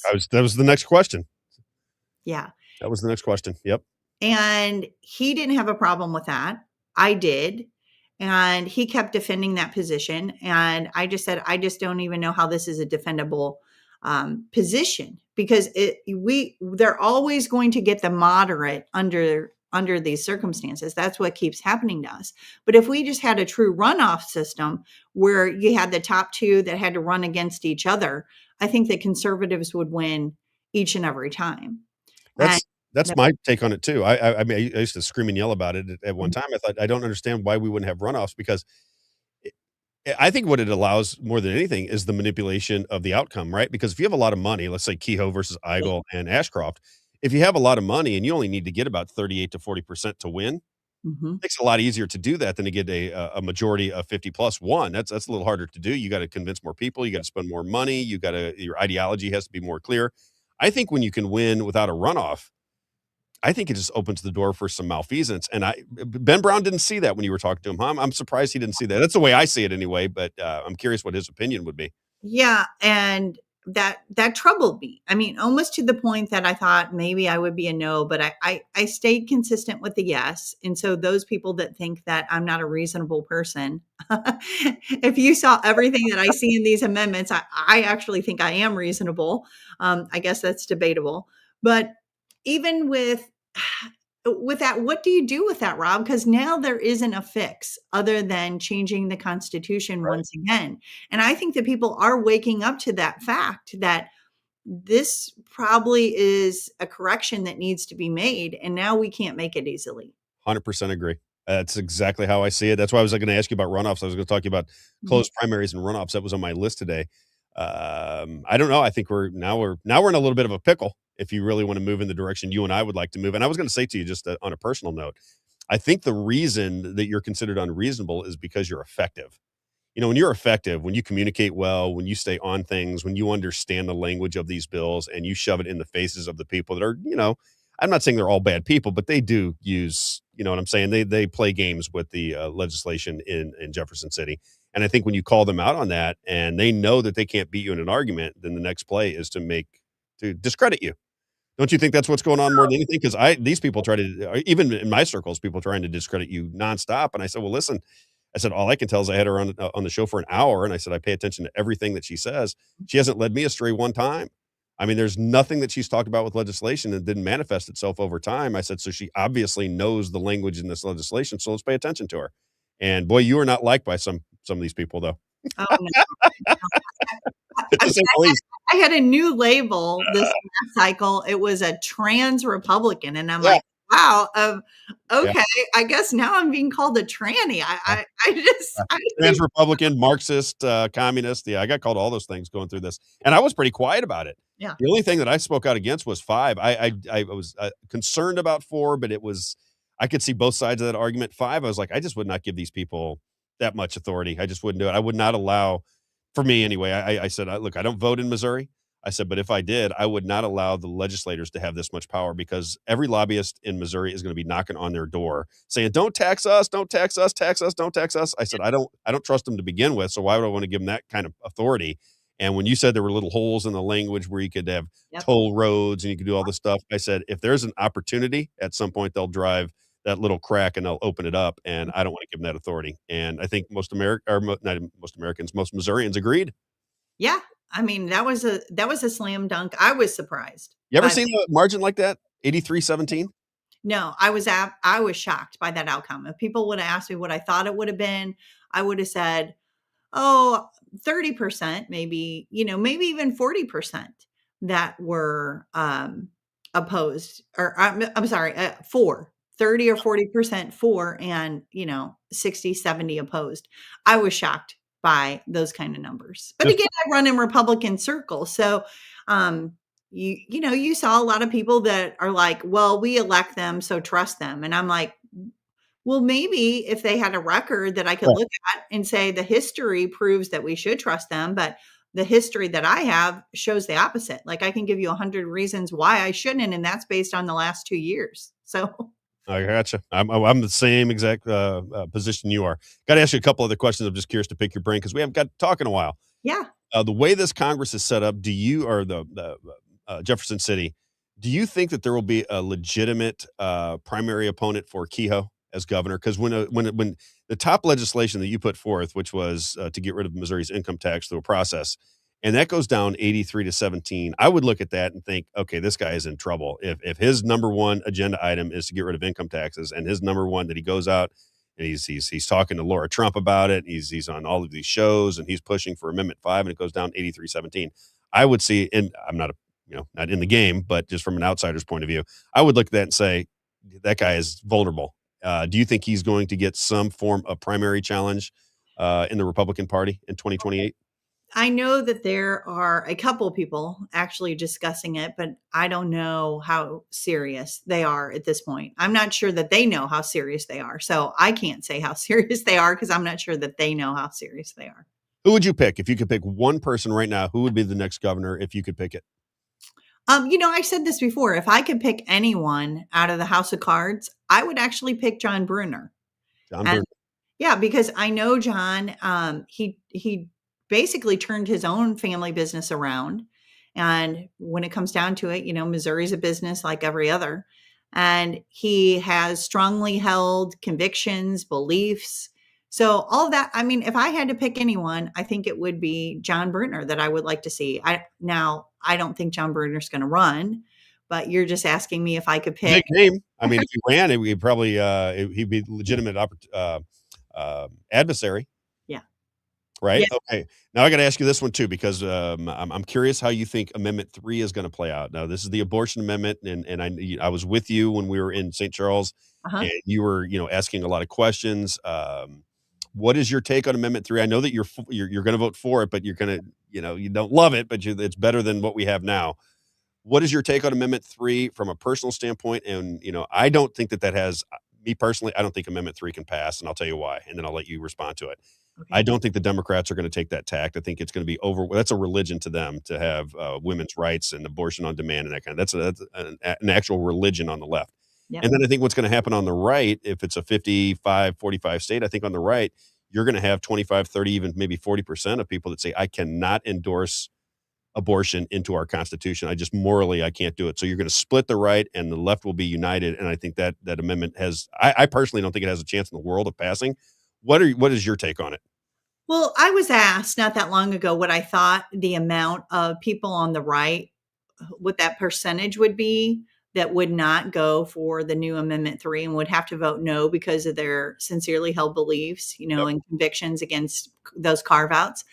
And I guessed maybe 18% at most. And the person that I was with, they had already had some internal polling from some consultants, and it was actually sitting at 30, which again, I'm surprised by that number. I'm surprised that it's so high. I run in those circles of the ones that are opposing, but still I was surprised with that. That together, you would have to have all the Republicans on the same page, rowing in the same direction. You don't have that. And even if you did, quite frankly, I don't think you're going to make that threshold. I think, like you said, it's a religion for the left. And I think they're going to turn out in great numbers to ensure that it stays abortion on demand in the state, which is really sad. But I think that's what you're going to see. It's depressing. It's depressing that a red state would have some of the most liberal abortion laws in the entire world. Yeah. It just seems out of place. I don't know what we can do about it, but it is from a cultural standpoint, it is somewhat of a depressing situation. Don't you think? I mean, it's just one of those things where it's like a black cloud sitting over Missouri, and I don't think there's much you can do about it. I don't think so either, Rob. And I don't know that we've ever talked about this, but I have a daughter that meets one of their exceptions in there. And because of that, she was a fetal anomaly, a 0% chance for survival. I was told to abort, all those things. And yet she's here today. I'm not saying that I didn't go through years of hardship with her and that she could have died at any moment, because that was the case. But regardless, it puts people like me in a very difficult situation. Even though I'm a yes, I'm a hesitant yes, because I don't like saying that these people are not worthy. And really, Rob, the conservatives picked that version. That's what happened. So people want to say, well, no, we had to because of the Democrats, or we had to because Cindy O'Loughlin. I was there, boots on the ground, and that isn't what took place. It wasn't because of the Democrats. It wasn't because of Cindy O'Loughlin, as much as I like to blame Cindy O'Loughlin for things. It wasn't her. She gave the decision up to the conservatives and said, I don't care which one you pick. Just pick whatever version, and that's the version we're going to run with exceptions or not. And so this really lies squarely at the feet of the conservatives that picked this version. And I would say shame on them for doing that, because it's putting people like me and others in a very terrible position, a no-win position. You're right on that. That's what I keep saying. I'm like, why are conservatives making legislation that splits their base? Mm-hmm. There's just no way that's not going to split people up, and you're going to have big fights about it, right? You're going to have people, Lisa, I can't believe that Lisa would, you're going to get that kind of thing. And I just think, I don't know why the Republican Party puts forth any kind of these amendments or any of this legislation that divides their own base. It doesn't seem like very unifying legislation and or amendments, however you want to look at it. Next question for you is big news was made in our circles, at least, when everybody found out that after the primaries, everybody goes off to Branson, Missouri to have this meeting with all of these major corporations. I don't know that anything is nasty about it. I have an opinion that big business kind of runs the state, sometimes to the demise of the small guy. What do you make anything of that? Is that just normal politics and people like me that look at that and go, man, it seems kind of odd that immediately after you win the primary, you're whisked off to talk to all the mega donors in the state of Missouri? Or is that just the way politics has to work because you have to raise money and you have to put up a fight? But what's your take on it? It really is to get them under their thumb. So you see all the sponsors of that, including consultants, and the HRCC is a private entity, and they bring in whoever they really want. They set the dollar amount. I know some time back, we were even asking as grassroots how much to get a seat at that table, and we were never given a dollar figure. It's because it's not welcomed. And they talk about it being like speed dating for lobbyists, which is true. They just sit at a table, they get to know the lobbyists and then move on, get to know their agenda. But really what it is this is the way that it works. And these are the people that have the money and the funding. And if you don't go along with their agenda or the things that they want, what's going to happen is you're not going to get the funding, or that funding is going to be given to an opponent to be used against you in your next election. And so it's really this indoctrination training from the start. I really respect those that don't even go, that don't show up.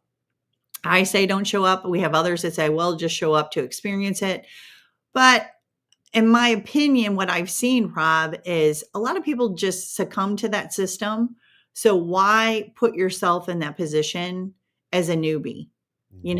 You're making it more difficult for yourself to be a standalone guy, because what you're going to see in that room is everyone complies. Everyone is going to be the same thing. They run like sheep. And I think it's worse than it's ever been, quite frankly, Rob. Like, I listened to a show that was, one of the establishment shows recently.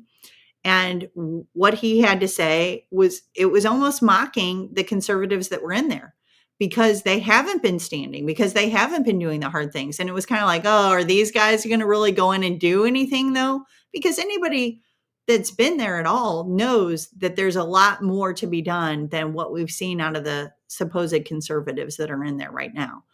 They just haven't been doing the hard things, and to the place that the establishment is mocking the conservatives that are going in. I think we are going to see some of that. I think you are going to see a fight this year, but you never know until they're really sitting in those seats. But to answer your question, does it have to be that way? No, it would be better off for us if it wasn't. But I think it has to be that way so that the establishment can then, and the establishment and the machine can then put them under their thumb immediately to show them this is the way that it is, and don't even think about being a dissenter. Right. It creates the system. That's kind of my just 30,000 foot view. If you come from the corporate world, there has to, we got a lot of people involved and a lot of money. There has to be a systematic process. And I think they want to create the system, and everybody goes, well, this is just how it's done. It's like you go into any corporation, there's things you go, this is stupid. Why am I doing this? And you go, well, that's the way we've always done it. And that's kind of the way I think this plays out. What about Alex Riley? What is your take on Alex Riley? I hear good things about him. Obviously, I don't like the process of the way they pick the Speaker of the House. I've been very outspoken about it. But I hear good things from people that I trust that say Alex Riley is a little different than John Patterson. What is your take on Alex Riley, who's already told everybody he is the next Speaker of the House in the state of Missouri? So I think you're going to see the same thing. People put too much trust in a person. And I say, even if it was me sitting in that chair, Rob, you're really going to get the same process. People do not want to accept this, but it's the truth. And we think if a conservative is sitting in that seat, we're going to see something different. And we said that same exact thing about Rob Vescovo. Rob Vescovo was the outsider conservative years ago. He went in well-meaning.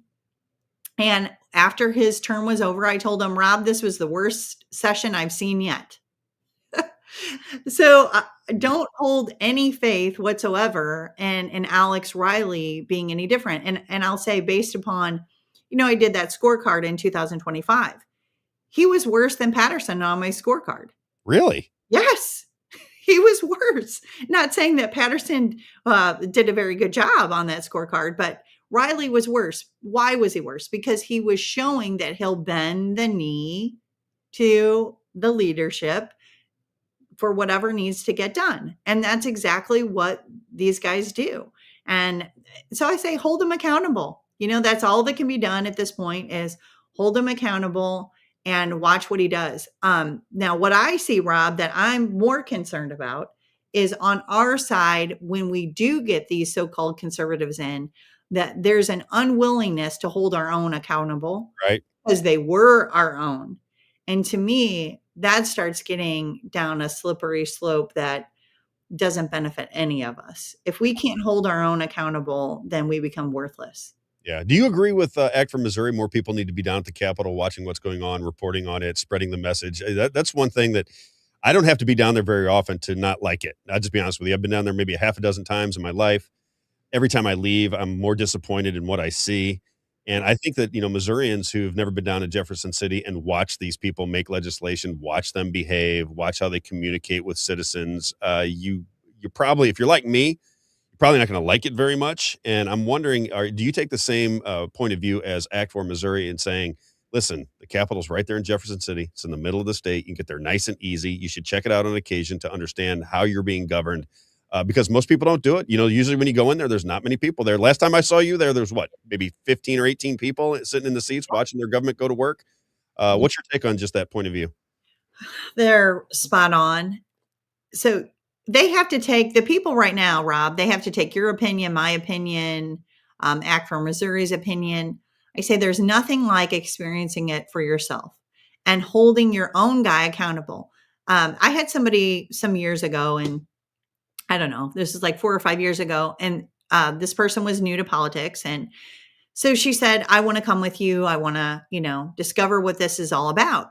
Now, mind you, she was friends with a lot of the establishment. And when I say, I'm saying at a big level. So even though she wasn't political, it was more from the outside, garnering a lot of support and money and et cetera for these candidates, just on face value of she's out living her everyday life and giving money, et cetera, support to these people, not really caring because they hold her values, right? Like, I don't need to babysit them because they tell me that they're this.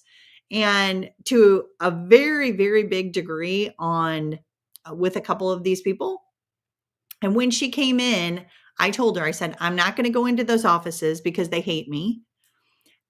And I don't want to taint your view. I want you to go in, keep the relationship that you have, and determine for yourself. I'm not going to muddy the water. I'm not going to tell you all the reasons. I'm not going to tell you the history. I just want you to go in and experience for yourself. And that's exactly what happened. Immediately, it was coming back like, why is this person doing this? I don't understand this, Lisa. Like, why? Like, they've said this. Why are they doing the opposite? And that changed her. And this is what we need. We need those that don't come back and they're just told whatever this person is that they like or they help get elected, and they're doing the opposite. Because to me, I'll just talk about the utility bill. Mm-hmm. That utility bill that we had that increased with everyone. If that was the establishment and that was only the Searpoys of the world and the Lincoln Huffs of the world and all of those that the grassroots were fine throwing stones at, right? Yep. Fine throwing stones at them. But then when you had Bratton, when you had Schnelting, they were doing the same thing. Suddenly they were defending an indefensible position. Why? I would not do that for anyone. I wouldn't do that for my best friend. Right. And now Bratton is going to be he's got to go up against Emanuel Cleaver, but he's the odds-on favorite. I would think he's still the odds-on favorite to go off into Washington, D.C., which makes it feel like there was a deal cut there. And then you have Adam Schnelting, who was the darling of the right for a long period of time. When they made that vote, I reached out to both of them for comment on the vote. That was when I was on the radio station. And Schnelting replied and said, or his office replied and said that he was out, he wouldn't be back. And I said, okay, when he's back, we get him in contact with, we'd like to interview him about. And I told him what it was about. Yeah. Never heard another word from Rick Bratton. Didn't hear anything back from him. Like, I don't understand how you guys can go out, speak against something, then vote in the exact opposite of what you spoke out against, and then you don't have to answer any questions as to why you changed your opinion. And nobody really, I don't think we ever got to the bottom of that. Did you ever get to, did you see any public commentary as to why they changed their opinion within the last 24 hours of the vote? No, I mean, none of that. And again, the people in the districts were defending that. I know. And I think that's what's the problem. Like, again, I say, I wouldn't do that with my best friend. It's not saying that I wouldn't defend my best friend. It's saying I would be asking my best friend these questions and I would be questioning that decision. Everyone makes a mistake. And so it doesn't mean that Bratton's a bad guy. It doesn't mean that Schnelting's a bad guy. Right. It means that this is an indefensible position and people should be mad about it.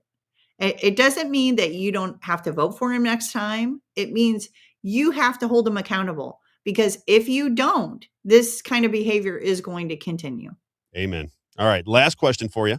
Do you think that I was looking at some of the Democrats, I read their feeds, and they're trying to flip, I think, 3 seats to get rid of the supermajority in Missouri. Do you think the Republicans hold on to the supermajority? My circles are telling me that a lot of frustration within the Republican Party. I could see some seats flipping just based on the mood of the day. When their top legislation goes down, or amendment goes down 83-17, there might be some dissension amongst the troops, if you will. What is your take? Does Missouri hold the supermajority position, or do they lose it come 2026? I'm not good at being the fortune teller. I'm going to clip this and play it over and over and over again. But what I would say is, will it really matter? I mean, no, if we hold those 3 seats anyway, those 3 seats are extremely moderate. Those 3 seats, I mean, I can tell you the people that are holding their seats, they were moving the Democrat agenda anyway. So to me, I'm not even invested at all, because they're giving the Republicans a bad name. Those people that are holding those seats already are giving the Republicans a bad name. So why do I care if a Democrat holds it? Because then we can actually fire at the place that we should be firing, by the way, and not inside firing at our own party. Because well, that's how you and I feel all the time. You know, everybody gets mad at me. They think I'm a Democrat. They think I'm a this. First of all, I'm not into party politics at all, number one. I said, but number two, I said, you just hold the people that are in power accountable. I can't hold people that are not. Why would I talk about the Democrats all the time when they have no power? So if the Democrats were doing this, I'd be calling out the Democrats and saying, I disagree with you. Give me a statement. Explain to me how this works. I said, but when the Republicans run everything, why would I point my finger at the Democrats? It doesn't even make any sense to me.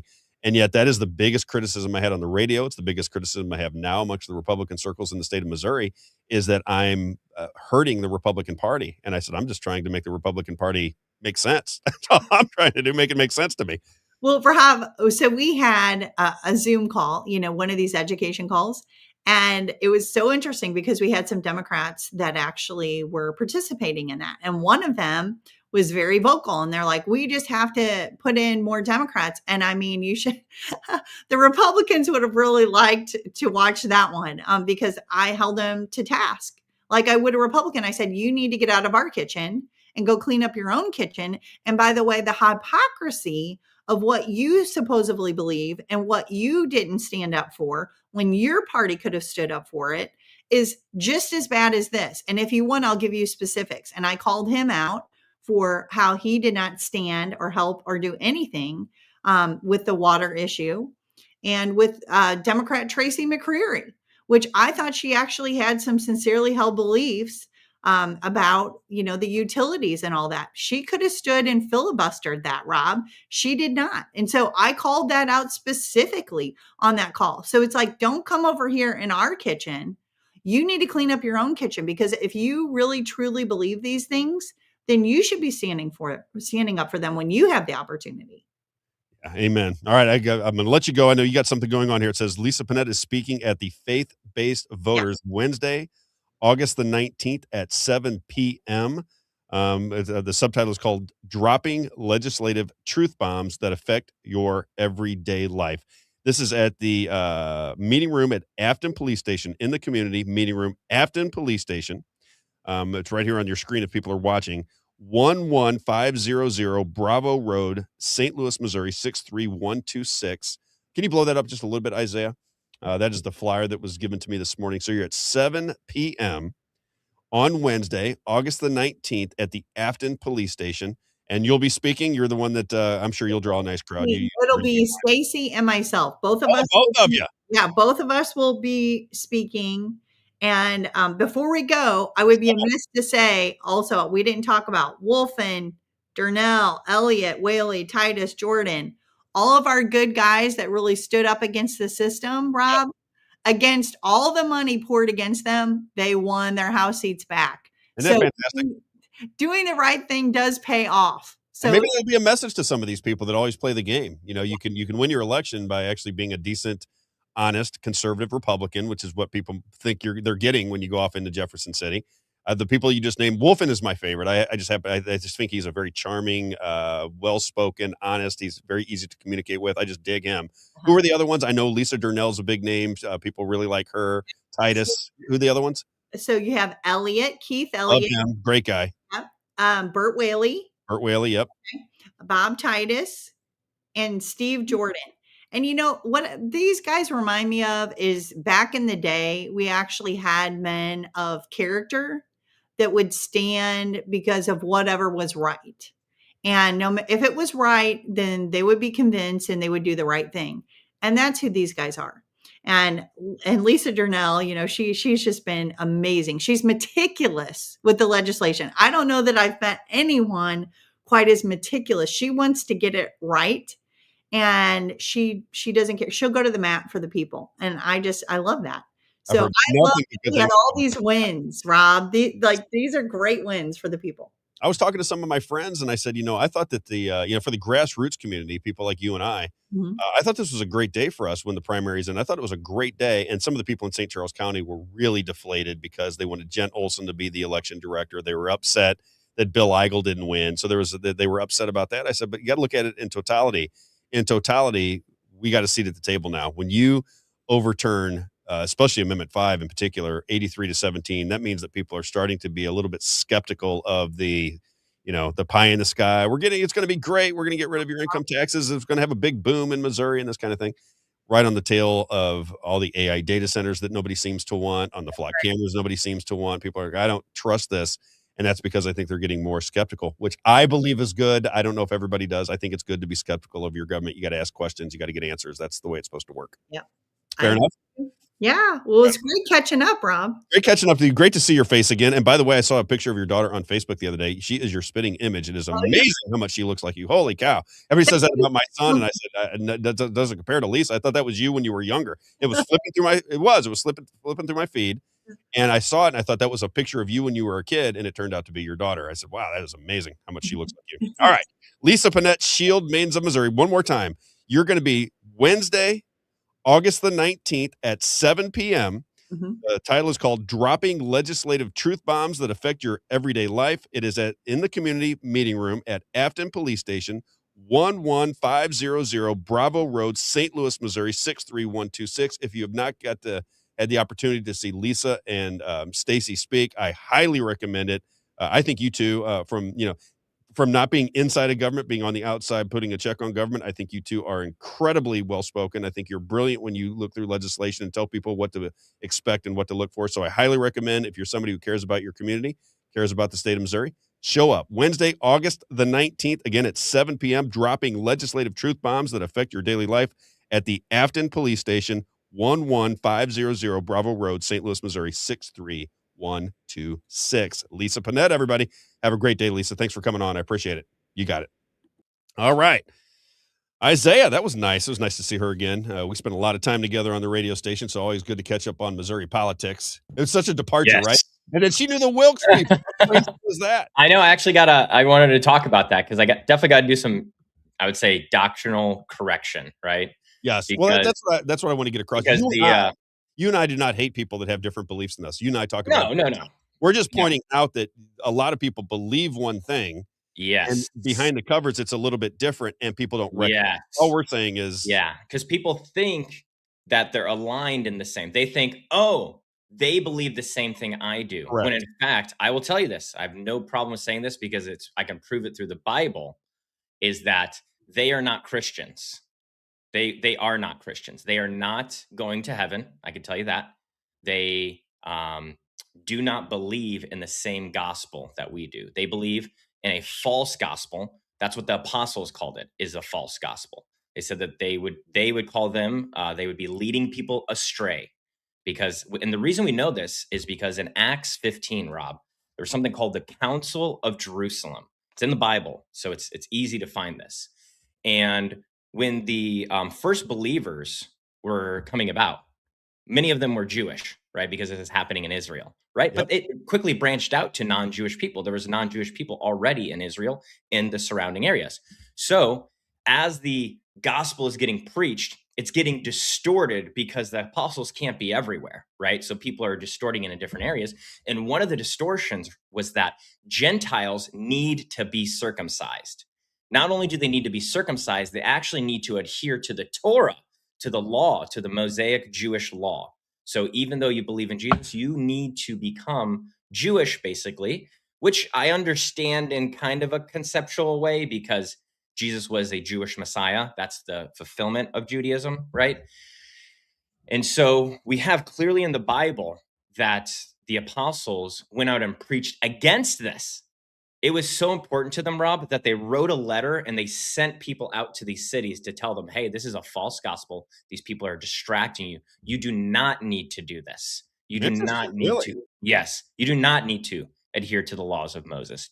It's very, very clear. And then the other thing is that if you follow up in church history, right? So there's councils that happened because of other heretical beliefs that were starting to be disseminated amongst early Christians. And so you might have heard of something called the Council of Nicaea. Yes. And then you've also heard of the Nicene Creed. You've heard of the Apostles' Creed and the Nicene Creed. The Nicene Creed became before the Apostles' Creed. Even though it's called the Apostles' Creed, is written later on. So in 325, the Nicene Council was formed to come together in direct contradiction to non-Trinitarian beliefs by a guy named Arius, who was spreading false theology that Jesus is not fully God. And so that council happened in direct response to reject that belief. And that's what the Wilkes brothers believe. They don't believe Jesus is God. They don't believe in the Trinity, right? And they believe because these people that I know that you know what you're talking about. This is I just want to lay the history out there for people. You geek out every time we get into the Bible. You get all excited. Yeah. And I was going to say, it's odd. Well, where am I going to use this knowledge, Rob? Where? Right. But I'm looking at it and I know you know what you're talking about. And I always think, as I was, Grace Church is my reference. That's where my father goes to church. I happen to like Grace Church. I question a lot of their belief systems and a lot of people they bring on stage. As I said many, many times, I was very upset with Grace Church that they would not let Mike Moon speak. I did not understand that. Mike Moon wanted to come to Grace Church and discuss the abortion A3. He's against it, right? He thinks that we should not be putting exceptions into the Constitution to kill babies. He doesn't like that idea, and he wanted to talk out against it. They wouldn't let him speak, but they did let Adam Schnelting speak, who is for A3, jump onto stage right in the middle of a Sunday service and preach about A3. No questions. Wow. It's going to save babies. That's it. There's no conversation about what the legislation actually talks about. None of that. It's just going to save babies. And everybody stands up and cheers for Adam Schnelting. What a great guy he is.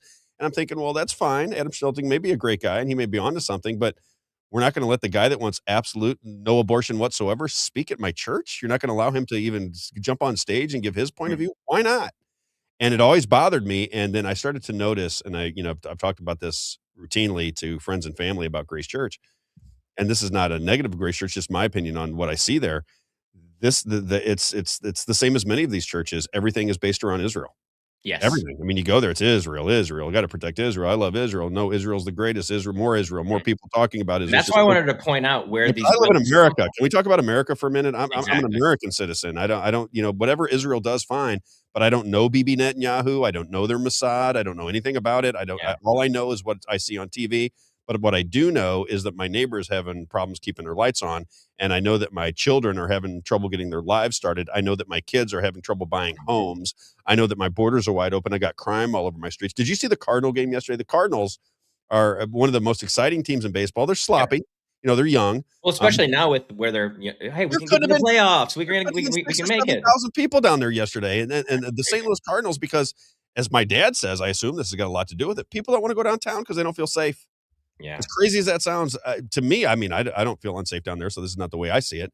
But people are not going downtown to watch the Cardinal games because there's a perception that it's not safe. Yeah. And I think, why don't I clean up my town before I start worrying about what's going on in Israel? Remember when who was it that was on? It was Lindsey Graham, and they were talking about the hurricane. And he goes, "Well, think about the people in Israel." I'm like, they're talking about a hurricane. Your people are floating down the river. That's the guy they just named a Air Force base after. Thank you, Isaiah. That's You what know, I mean. it's like, what the heck? I don't understand it. I really and that's why I wanted to point that out, Rob, is that it's crazy that she pointed out that they funded the Charlie Kirk show, and it makes sense now because those are the type of people Charlie was trying to get away from. He was trying to get away from those people because he saw the influence and how Jewish donors were trying to control what he was doing. And the Wilkes brothers have more in common with Judaism than they do with Christianity. In their belief system, you mean? In their belief systems. And that's what I wanted to point out.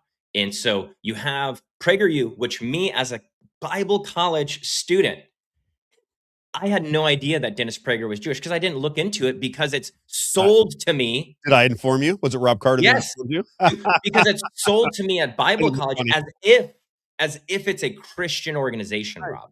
Right. And so, and I don't watch Prager that much. I can tell you, I don't know that much about him. I didn't watch his PragerU or anything like that anyways. So it's not like I knew this much about him. I just didn't know that. No. But in Bible college, we're learning about Dennis Prager and these things that he's teaching. And so that's my point with the Wilkes is like, hey, they may be good people, but Satan seems like a good guy too. And so he's not going to appear as,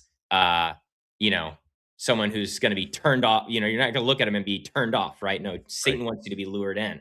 Well, I think this is the problem in general, right? Because if you look at, I did a podcast. I want to get back to our I know, and I just had to make because I don't want people to be led astray. I just don't want people to be led astray, Rob. That's my concern.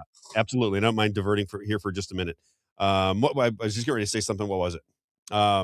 We were talking about the Wilkes, their influence, Prager, and how you informed me that Prager was really Jewish, and how I didn't know because I wasn't really a big Prager guy, anyways. But I watched his videos at Bible college, and so we were talking about that. Sorry, I can't remember what. It's okay. I can't remember what it was. Somebody. Yeah, but my point is that if those are the people that are backing it, and they're selling you these Christian ideology, Judeo-Christian ideologies, right, Rob? Yep. That's the problem that I have. And now you understand what they mean by Judeo-Christian. They really mean Jewish roots Christianity. I'll put it like that, right? Yes. And it's really a false gospel. And how do we know it's a false gospel? Don't take Isaiah's word for it. Read the New Testament. Paul tells us that. He tells us that it's a false gospel. Warns us over and over again what the true gospel is and then what is a false gospel and what the Wilkes brothers are teaching. And I didn't know she was talking about political involvement or religious involvement, but they run that church. So they are very involved in the movement there because they run the church. Yep. And so they might just be funding politics, might not be that involved is what I think she meant.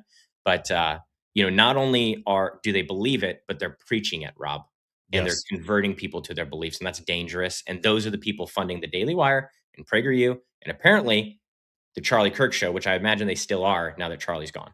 And he was fighting against it. And what I was going to say was, I did a podcast, when I was doing the original podcast, and I aligned certain characteristics that are in big time politicians, CEOs, people that get into positions of power. Because I was in the corporate world, and I could, in the big companies, we're talking about the major massive ones, I could never get to the top spot. In the smaller ones, I could, because there was they're almost like family businesses, and you could get to the top spot. When you get into the corporate world, my perception, Isaiah, in my life in 30 years of watching this happen, it's the most ruthless, heartless people that get there because they cannot care about hurting somebody. They can't care about it. And I said, what's interesting about it is if you look at global leaders, if you look at these big CEOs that like somebody that would run Apple or Amazon, they have all the tendencies and characteristics of sociopaths. Yes. And sociopaths don't have that feeling that you get when you hurt somebody. They don't have empathy. They can't feel what you're feeling. And it's much easier. I left a job one time because, and even the president and CEO of the company was a friend of mine, and I adore him to this day. but he kept wanting me to fire people. And I was constantly waking up going, okay, Rob, you got to get rid of this person down there in Florida. You got to get rid of this person in North Carolina. And I went through this for about 6 or 7 months where I had to fire like 7 or 8 people, and it was one a month. And in my mind, my personality is, well, I like these people. I don't want to fire them. I mean, they're not doing a bad job. Why are we firing these? I didn't even understand what was going on here. But it was every month. And it got to be where I was making a lot of money. But it got to the point where I just didn't want to do it anymore. I was constantly in turmoil because I was firing people that I had relationships with, that I was on the road with, that we were spending time together. I'm on the phone. That are actually doing a good job, that They were aren't doing everything that we asked them to do. There was no reason to fire them. In my opinion, there was no reason to fire them. And I kept having to do that. And I said, I don't want to do this anymore. And I ended up resigning because I just did not feel like I felt like the money wasn't worth the torture that was going on in my soul, firing people that I had relationships with. And it doesn't matter when you're the messenger and you have to fire somebody, especially somebody that you have a relationship with. Some of those people will never talk to you again. There's one particular person I fired that will never speak to me again. Never speak to me again. It had nothing to do with me. I was in tears when I did it. I didn't want to do it. And I always look at that and I say, well, that makes sense that the people that get to the top of these organizations, top of the political spectrum, they are somewhat sociopaths. So when you say they're charming, they are charming. Yes. When you're with them, they're charming, but Yes. they don't have anything that makes them feel they don't mind firing people. They have no issue with it. They don't lose sleep over it. It's like, okay, I got to fire 6 people tomorrow. What time is that? Is that 9 a.m.? And they're eating their cereal and they're having a good time. Okay. Joe, Billy, John, Amy, and Kent, you guys are gone. We apologize. We're going to have you move over here to Human Sources. They're going to talk about your exit package. Have a great day. Yeah. And they think nothing of it. Have you seen that Tim Dillon clip? He's talking about, he's like, I've been around some billionaires and some really wealthy people, and they're talking like, oh, hey, did you hear that? Susie's cousin, they've got, she's got stage 3 cancer. Looks like she's going to die. And they'll be at the golf course and they'll say, oh, I wish him well.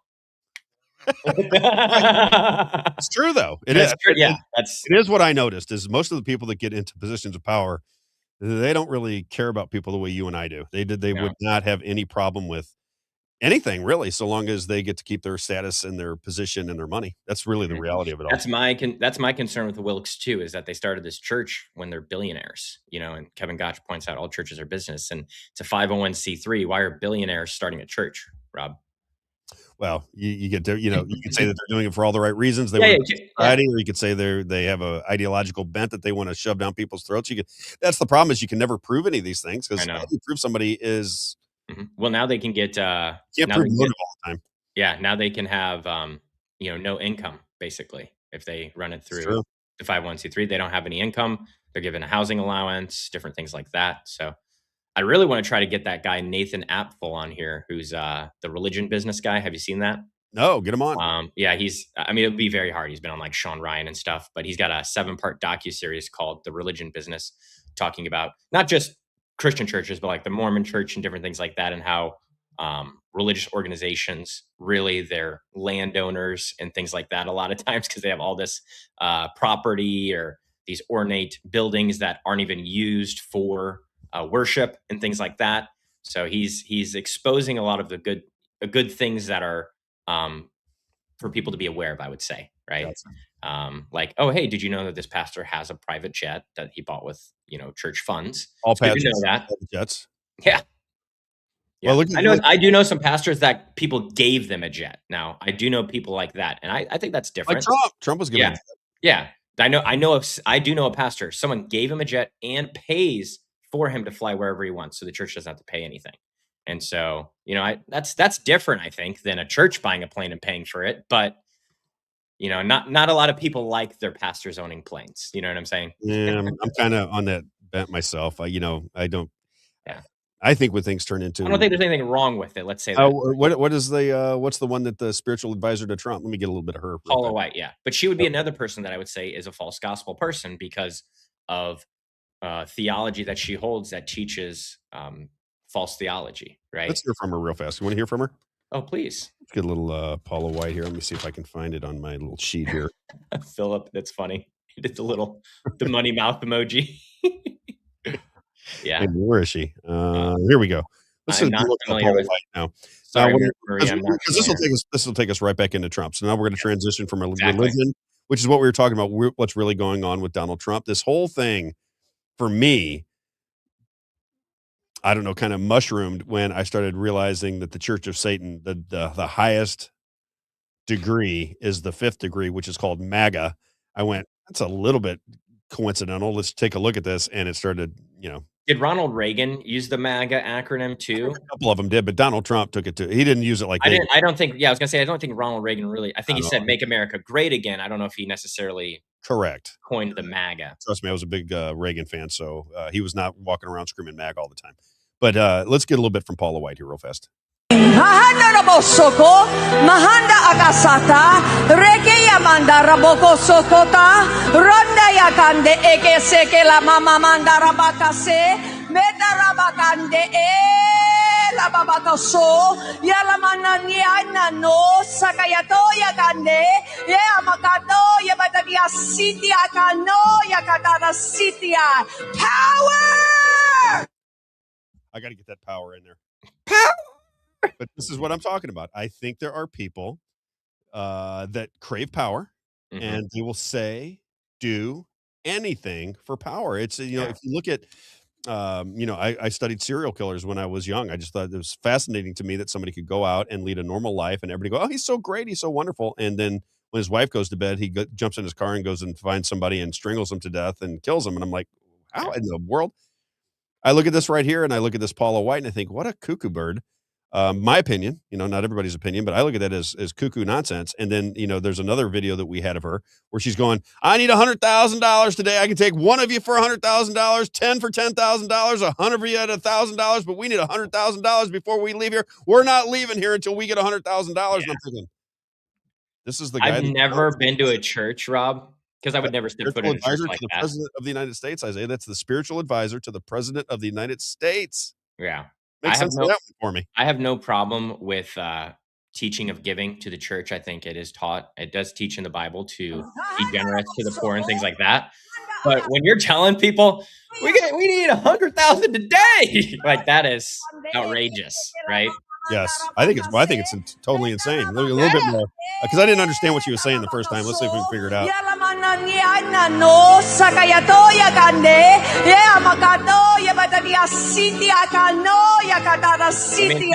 Power! I can interpret this. All right, I need $100,000 to pay for the gas in my private jet. That's what she was saying. Yeah. Very bizarre. In my opinion, very bizarre. Okay, let's do joneswater.com. Joneswater.com. If you need air and water filtration in your home or business, who is it? It's always my man, Everett Jones, joneswater.com. Again, if you're drinking tap water in the year 2026, I suggest you think just a little deeper. You need clean air and clean water in your home or business, period. You need to do that as fast as you can if you want to be healthy. Clean air, clean water is always joneswater.com. 636-899-1040. You'll be the filter, or you'll buy the filter, joneswater.com. Everybody within the sound of my voice, if you don't already have air and water filtration systems in your home, you should. We do. My wife's a nurse, and trust me when I tell you, we have clean water and clean air in our house, and that was way before we ever met Everett Jones. My wife would not have it any other way because she understands it. Clean air, clean water, keeps you healthy. Isaiah, to be honest with you, I had asthma and allergy problems to the point of almost, it was absurd how bad my allergy and asthma symptoms were. I meet my wife. I've been with her now we'll be married 7 years coming up in October. We've been together for about a little over 10 years. I've known her since we were 11, 12 years old. I move in with my wife, who's a nurse. Clean air, clean water, clean Robb. Clean Robb. Robb can now breathe. We just got to get the heating clean, right?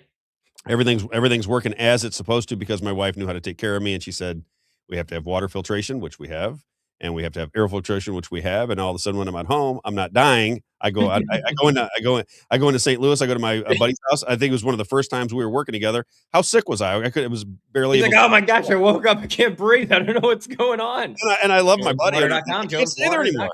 He's got a $1 million, $800,000 house. And I said, I can't stay here anymore because the air and water's making me, I can't breathe. I can't do it. Joneswater.com, 636-899-1040. He also has dehumidifiers, which he says in Missouri are very important. If you take that moisture out of the air in your home, you're going to breathe crisp, clean air, and it will save you money on your energy bills. One of my men, I love him. Joneswater.com, 636-899-1040, 636-899-1040, joneswater.com. And then we have People are saying we need to get him on more. Yeah, he's fun. I love it. I got to get him to just to be loosened up when he gets on. Yeah. Because he's so funny and he's just such a great guy. You know, some people that not that they act completely different when they get on, No. but they're just a little bit more like they just, one of those deals. It's the natural feeling you get when you're like, "Oh, I'm on camera now. Okay, this is gonna be permanent. People are gonna see this forever." Yeah. And if you can just be yourself, it's so much more interesting to watch. And he is a great guy, a lot of fun to be around. Carrington Financial, yourcaringadvisor.com. This is my good friend Rick Babbitt's, always with Rick Babbitt's. If you are, this is the first thing you should think. How important is it for you to retire and have money and live the lifestyle that you want until the last day? How important is that to you? Is that important enough to get a second, third, or fourth opinion? If it is, then you get Rick Babbitt's opinion. As he says, Rob, I'm not a cookie cutter guy. I have a lot of different views on how people should manage their money. We take a look at your risk, and then we'll put a program together for you. He's a genius, as you get to see every Tuesday. The guy can recite history better than anybody I've ever been around, quite honestly. Biblical principles with your money. My man, Rick Babbitt's, yourcaringadvisor.com. 314-671-0525. 314-671-0525. yourcaringadvisor.com. Rick Babbitt's. And then finally, gracehalling.com. gracehalling.com. The reason you see those trucks, dumpsters, and cans with Grace Hauling on it all over St. Charles County is because customers have voted. They're the best to do business with. That's Gary Schneider. Great guy, does a lot for the city of St. Charles and a lot for the people of Missouri, does a lot for People's Lobby, Missouri. Just a great, wonderful guy, wonderful family. If you're a commercial business, 2, 4, 6, and 8-yard dumpsters. If you're worried about their longevity, they've been around since 1998. For all things rubbish, all things trash, commercial or residential, gracehauling.com. Check them out, gracehauling.com. All right, let's get back into the meat of this show because I got one more. I forgot to tell you this. You want to know something really funny? This is just funny. I learned this in Bible college from my church history professor. And this is just a little funny anecdote that people want to know. So in the Council of Nicaea that I was talking about in the 325 AD Council, yep, the guy Arius, who was the non-Trinitarian guy that was making his argument, and they were like, no, we're going to write this creed to in direct contradiction to what you're trying to teach. Well, there's a guy named St. Nicholas that was there, right? St. Nicholas, Santa.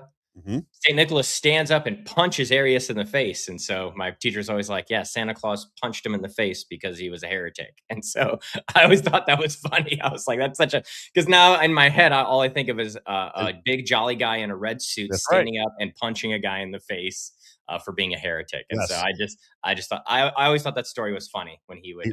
What he did is he took a picture and he planted it in your head. Yeah. Never forget it. And that's exactly. That's what a good communicator does. Yeah. All right. Where do I want to start? Can I start with the market manipulation that's going on? Because I want to get back to Trump.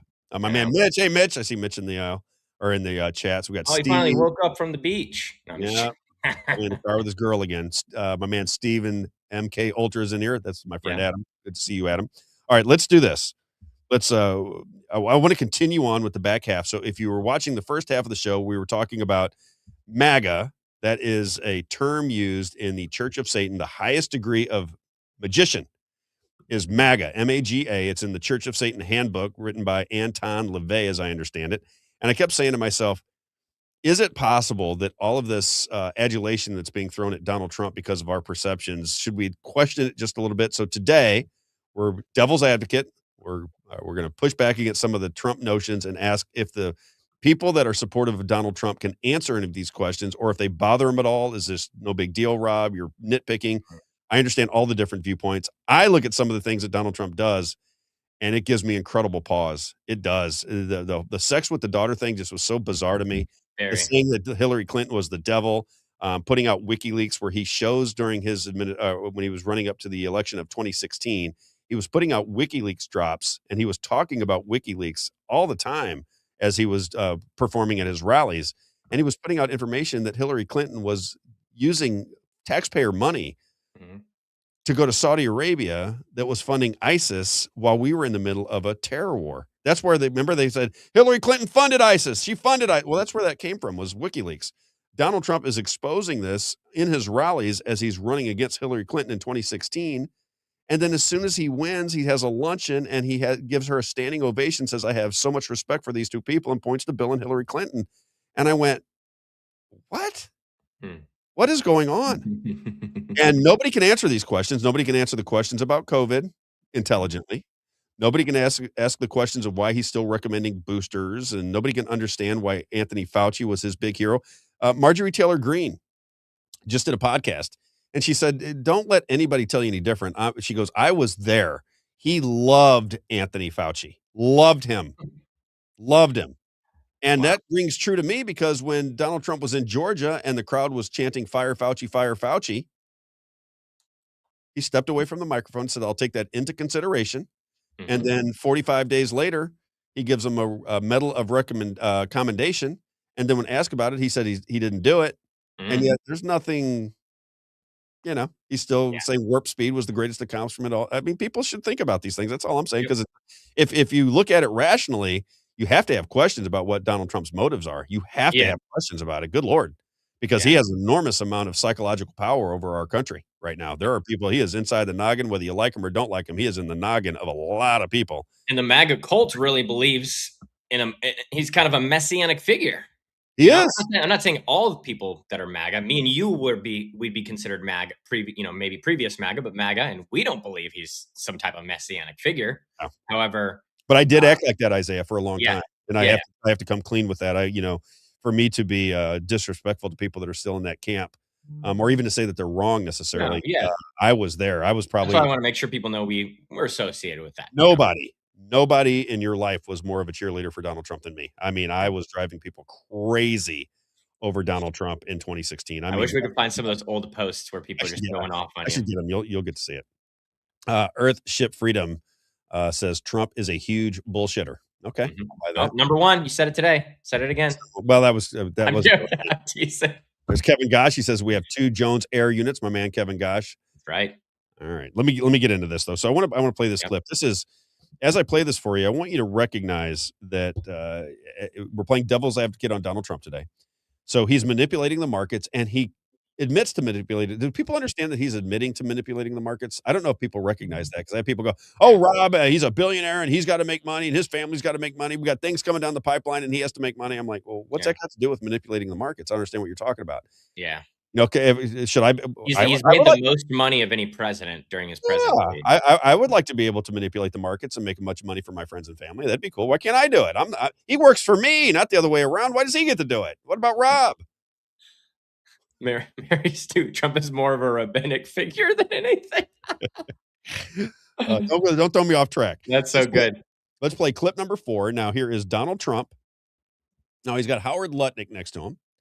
The Secretary of Commerce. Howard Lutnick is the one who went on to a podcast and an interview and said that he met Jeffrey Epstein one time. Now, I got to remember, his home was on top of Jeffrey Epstein's home, so it was like a townhome, so they basically touched each other. He says that he met him one time when he moved in, and he's like, ugh, oh man, that guy is terrible. He has a massage table right in the middle of this room, and I'm like, oh my God, honey, we got to get out of here. And then you find out through the drops about Jeffrey Epstein that not only was Howard Lutnick not saying ugh to Jeffrey Epstein, but subsequent to that, he was moving around in his yacht on the high seas and reached out to Jeffrey Epstein to see if he could come over and have some lunch with him and his family. So he wasn't just this one-time meeting and didn't know. He's just he's a liar. That's all. So you make what you want of it, but he's a liar. Howard Lutnick is Secretary of Commerce. That's kind of a big gig, I would think. Secretary of Commerce, Howard Lutnick. He was the principal in Cantor Fitzgerald, and when Cantor Fitzgerald was destroyed on 9/11, he got a nice fat insurance policy out of it, and that was one of the days that he decided not to go to work. Just lucky. Isaiah, just lucky. I mean, very, very lucky. Yeah. He'd be at work, but on that day, he was not at work. Just lucky, crazy lucky, got to admit. And he's standing next to Donald Trump as Donald Trump starts to talk about the markets. And check out Howard Lutnick and Donald Trump talking about the markets. Clip number 4. Members of Congress cannot corruptly profit from using insider information. The stock market is quite brilliant. And every time we said something amazing, like we're going to settle, it would go up. And every time we said something negative, like, guess what, we're not going to be able to settle, it would go down very big, Peter, right? Very, very big. tells you something. President Donald Trump disclosed that his trust is actively trading individual stocks. More than 3,700 trades in the first 3 months of this year, a flurry amounting to tens of millions of dollars in transactions. Barak Ravid is finally getting exposed as the main reporter being leveraged to manipulate markets by the Trump administration. A former Israeli intelligence officer who does not disclose his IDF background. He is the main dump for leaks from Steve Witkoff, Jared Kushner, and Donald Trump, who are cashing in on the war. Whoa. That's kind of interesting, right?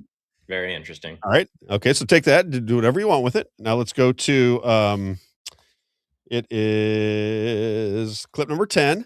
You might recognize this guy. He does a big job on social media. I think he does TikTok and X, if I'm not mistaken. You'll recognize his face, Isaiah. He's a player in the influencer game.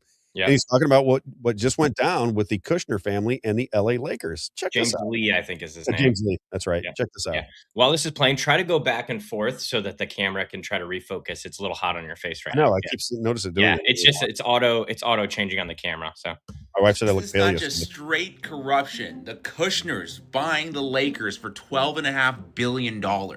Because check this out. The current owner of the Lakers, Mark Walter, who also co-owns the Dodgers, just bought the team last year. So why would he sell? Well, it turns out Mark is in a little bit of hot water, facing a $16 billion federal investigation for alleged financial fraud and bribery. But then just 3 weeks ago, Mark Walter was in the White House with Trump at the Rose Garden, where he presented him with a championship ring. And now his marquee NBA team has been sold to someone in the Trump family, specifically Joshua Kushner, who is Jared Kushner's brother. Jared, of course, is Ivanka's honeypot husband, Donald Trump's daughter. Of course, everybody in here is tied to Peter Thiel for some reason. Anyway, ESPN reported that the businessmen were involved in the expansion process in Las Vegas, but in a quote-unquote stunning turn, they pivoted to making an aggressive offer to buy the Lakers from Mark Walter. Gee, I wonder who opened that door. By the way, I would not be shocked if the next move was Trump forcing the SEC to drop the case against Mark Walter, just like he did when he pardoned Charles Kushner, who is Jared and Joshua's dad,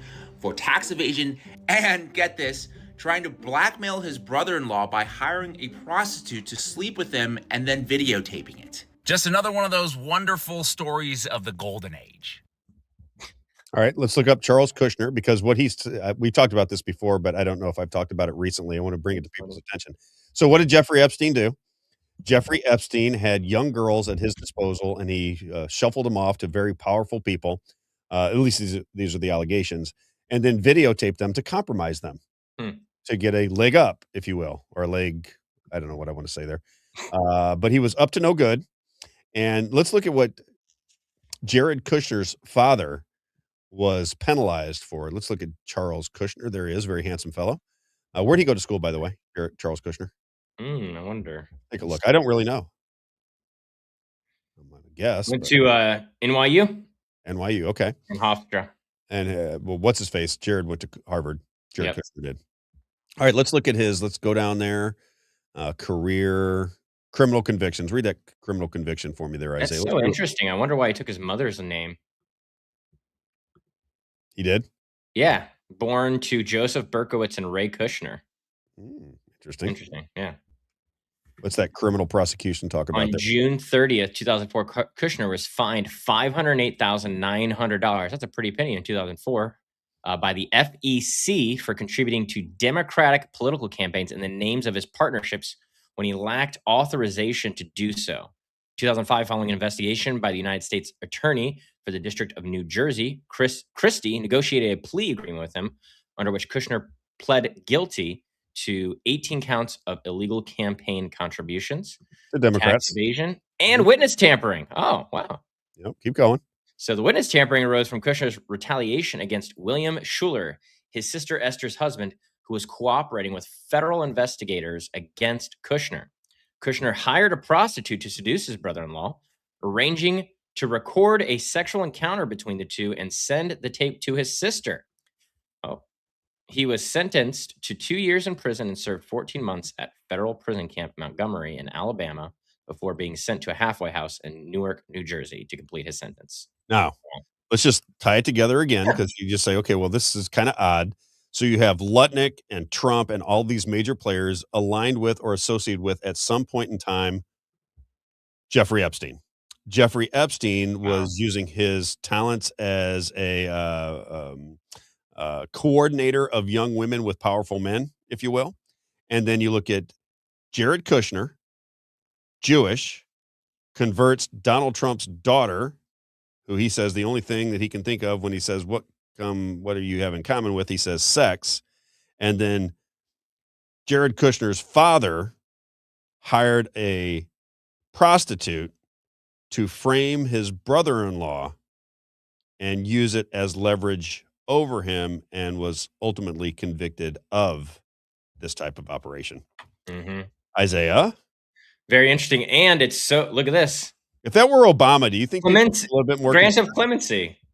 Yeah. Do you think if this were Obama and this was all going on around with Obama, you think people would be more concerned?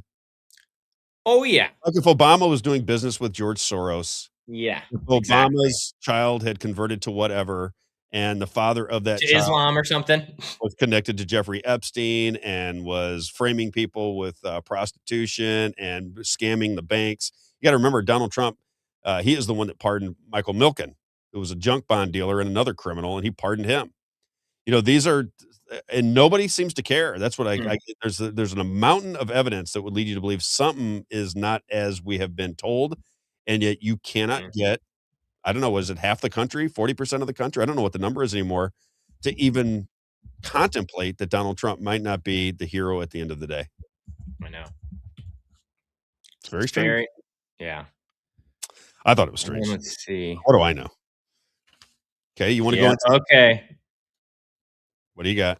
Yeah, so I was wondering, why did they take the Kushner name? And it looks like Charles Kushner's father, Joseph Berkowitz, took his wife's last name when they immigrated to the United States in 1949, which is very common for Jewish people to change their name, Rob. I don't know if you know that, to make it less Jewish. Yes, and of course. So that wasn't as recognizable as being Jewish. And Kushner is definitely not as recognizably Jewish as Berkowitz. Berkowitz. You know who the famous Berkowitz is? Huh? Do you know the famous Berkowitz out of New York Yeah. City? Oh my gosh, I do. Who? Oh my gosh, who is it? He was the son of Sam. Sam Berkowitz? No, son of Sam was a serial killer in New York City in the 70s, and he was rolling around town shooting women that all had dark hair. And oh yeah, David Berkowitz. Right. Yeah, David Berkowitz. Yeah. Yeah, so it's super interesting there. And I do see Mary Stu said the Jewish is based on your mother's bloodline. Yeah, but they don't take the mother's last name because of that. They were both his parents were Holocaust survivors. They were both Jewish. Yes. And now we have to get into Stu Peters, because what have we been talking about lately? Gays in the Republican Party. We've done 2 or 3 shows about it in the last 45 days. Guess who's on that? Closetocracy? Guess who's on that now? Stu Peters is on that right now. He's going to actually, now there's a lot of cursing in here. So it's a podcast. You got to remember that the language is not going to be sanitized all the time. Unchained now. We don't even have a chance to beep it out. I mean, Isaiah can't do it there's so much information that we'd have to squash just because of the cursing that we have to roll with it. So if you have children that are listening, don't let them listen. Put the earmuffs on. Put your earmuffs on. If you are somebody that is bothered by language, this is not for you. But here is Stu Peters talking about the gays and the Jews in the Republican Party. And I thought, boy, but first of all, he only mentioned about 1/10 of them.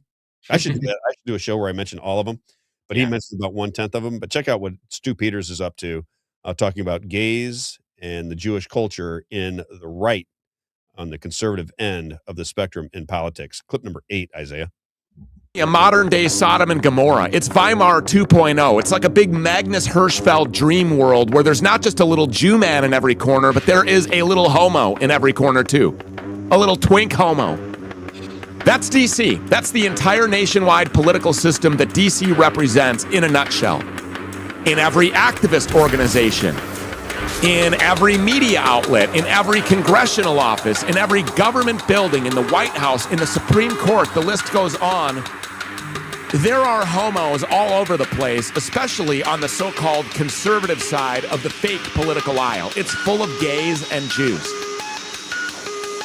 And gay Jews.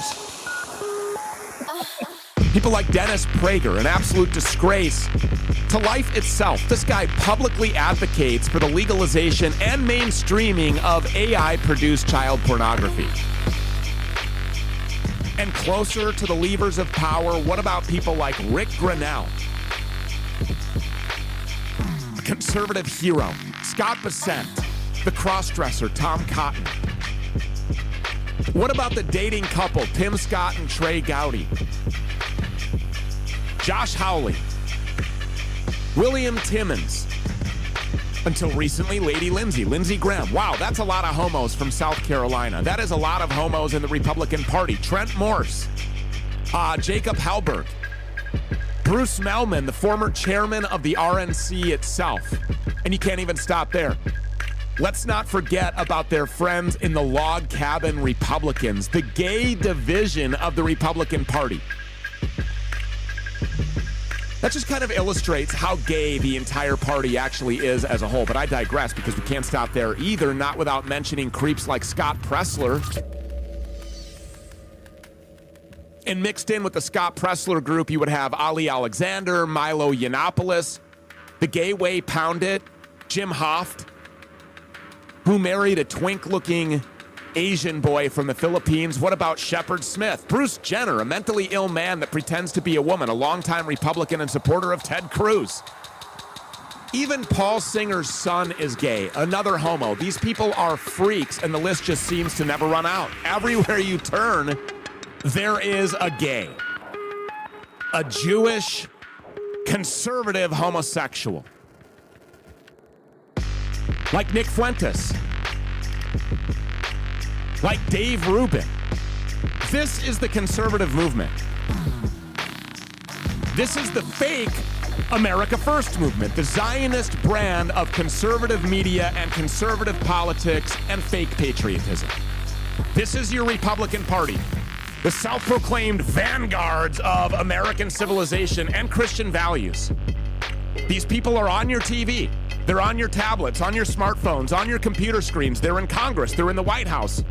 They're in the presidential cabinet.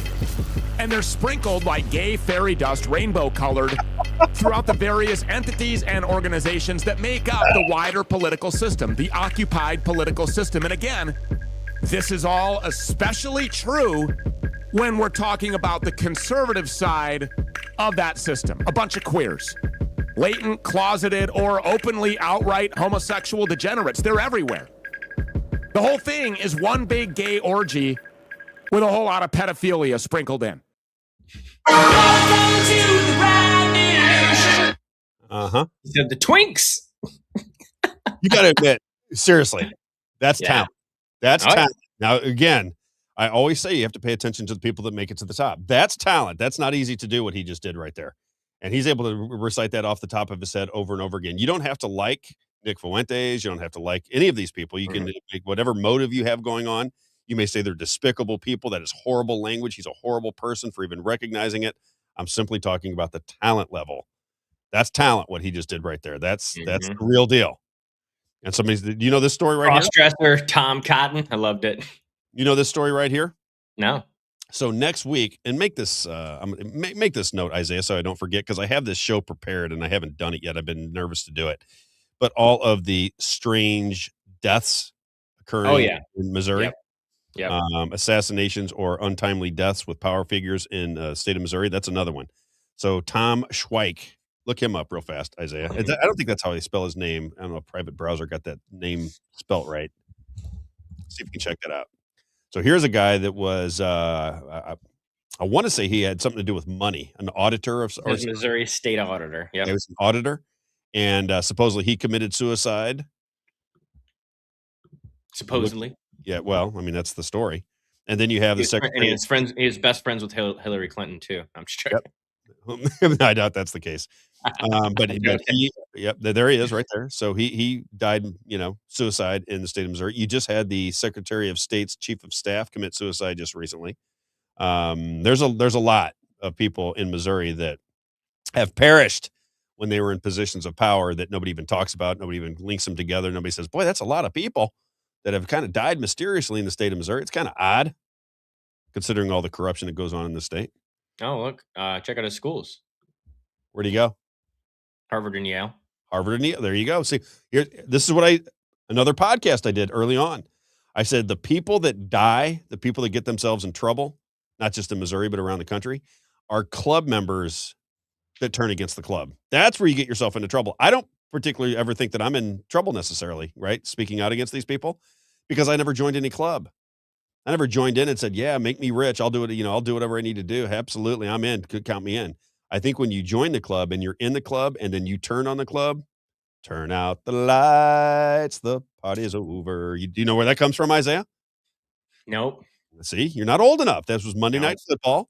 And when the game was out of hand, when Dandy Don Meredith, he'd say, as soon as a touchdown was scored and you knew there's not enough time left in the game to win it, he'd go, turn out the lights, the party's over. So that was famous when I was a kid. You know what's interesting about Tom Schweck is that it says that so the son of Bridget, who was a Christian, and Julius, who was Jewish. So he was born, so his father's Jewish. And this says Schweck was not Jewish. I mean, he probably isn't a practicing Jew, but he's, he is Jewish because his dad's Jewish. I read that. I want to know why he died. I read this. But it says that this was believed that there was an anti-Semitic whispering campaign preceding his death, which suggested that he was Jewish. One investigative reporter has been able to determine the authenticity of the claims and whether or not they were being used for political gain. Interesting. You know that happened here, don't you? Yeah, that's what I'm saying. It's like, this is really interesting. No. There's another story of that same situation. Oh, really? Yeah. Oh, yeah. So Will Scharf and Elad Gross. Yeah. There was what was the woman's name? Sarah somebody? Somebody will know. Private browser might know. But she was running for attorney general or running for secretary of state or running for some statewide office.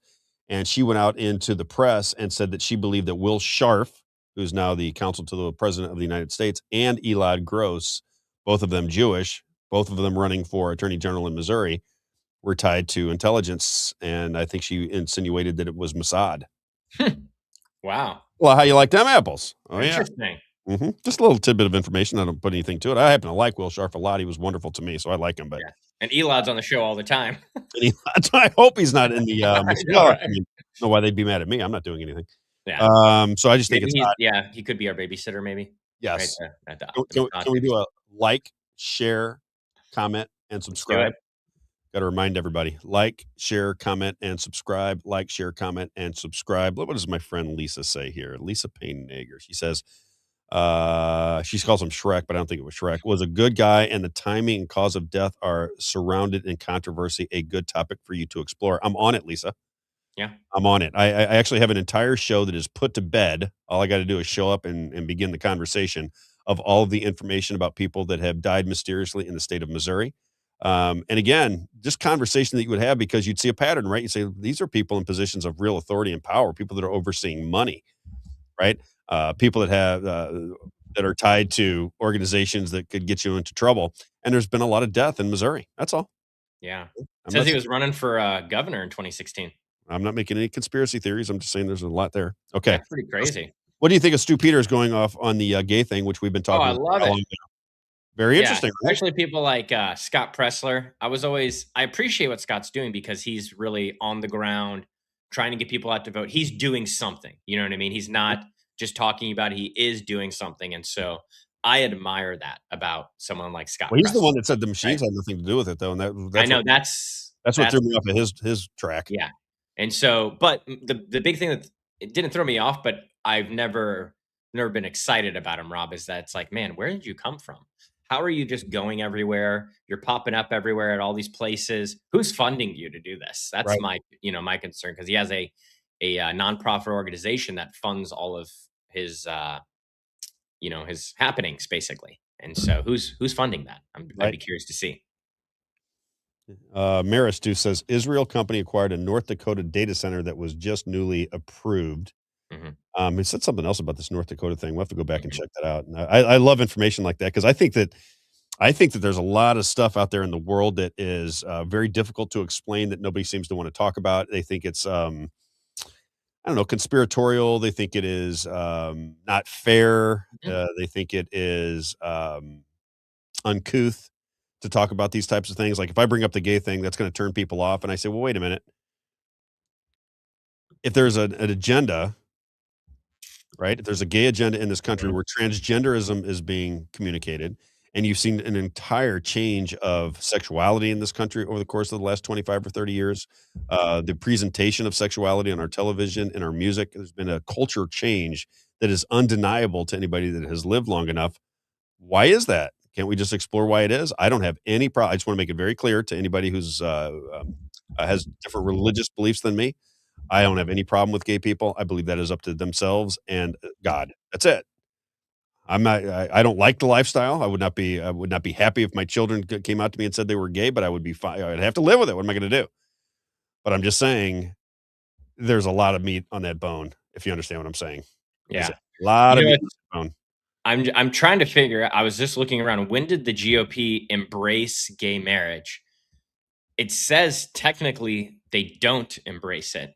Trump because did. in the platform and written in the platform from the Republican National Committee, that traditional marriage is between a man and a woman is the language that they use. Mm-hmm. That's very Trump interesting. was for it. Remember, Trump was. Yeah, I know, but that's what they're saying is like that the party isn't for it, but there's a large minority of Republicans that started supporting it, I guess, heavily in 2022 with the Respect for Marriage Act, and that was a big shift, I guess. Mm-hmm. Well, eventually they all come to the same conclusions, Isaiah. Yes, yeah.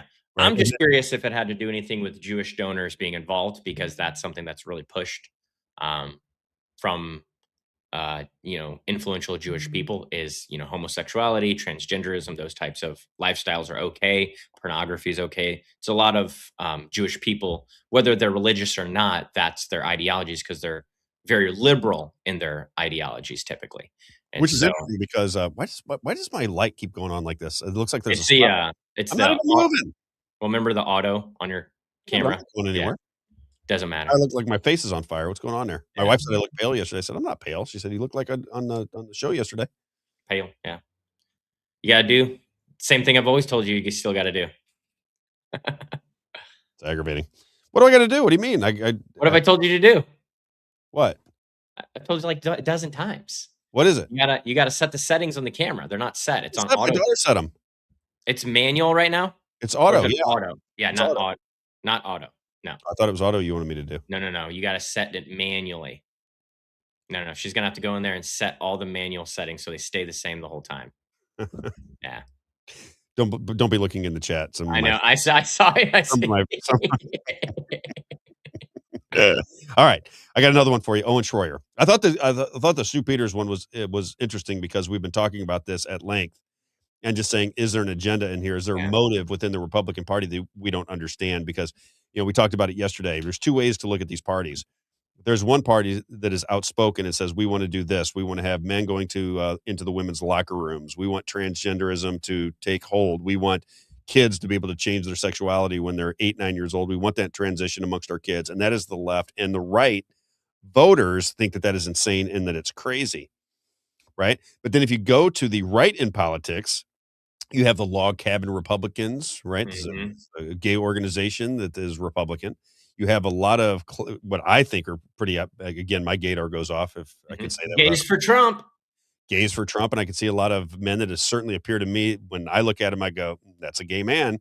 And a lot of them are married. They have kids and they're in positions of power in the United States government. Then you have Kay Griggs, who brought this out to everybody's attention 30 years ago, where she said that her husband, who was in the military and in intelligence and went to Princeton and was involved in the intelligence agencies, told her and wrote it down in his diary and explained in detail who the people were and what they were trying to do. They were looking to groom homosexual men into positions of power in this government because they were easy to compromise and easy to control. That's it. I mean, if you don't believe that, that's fine.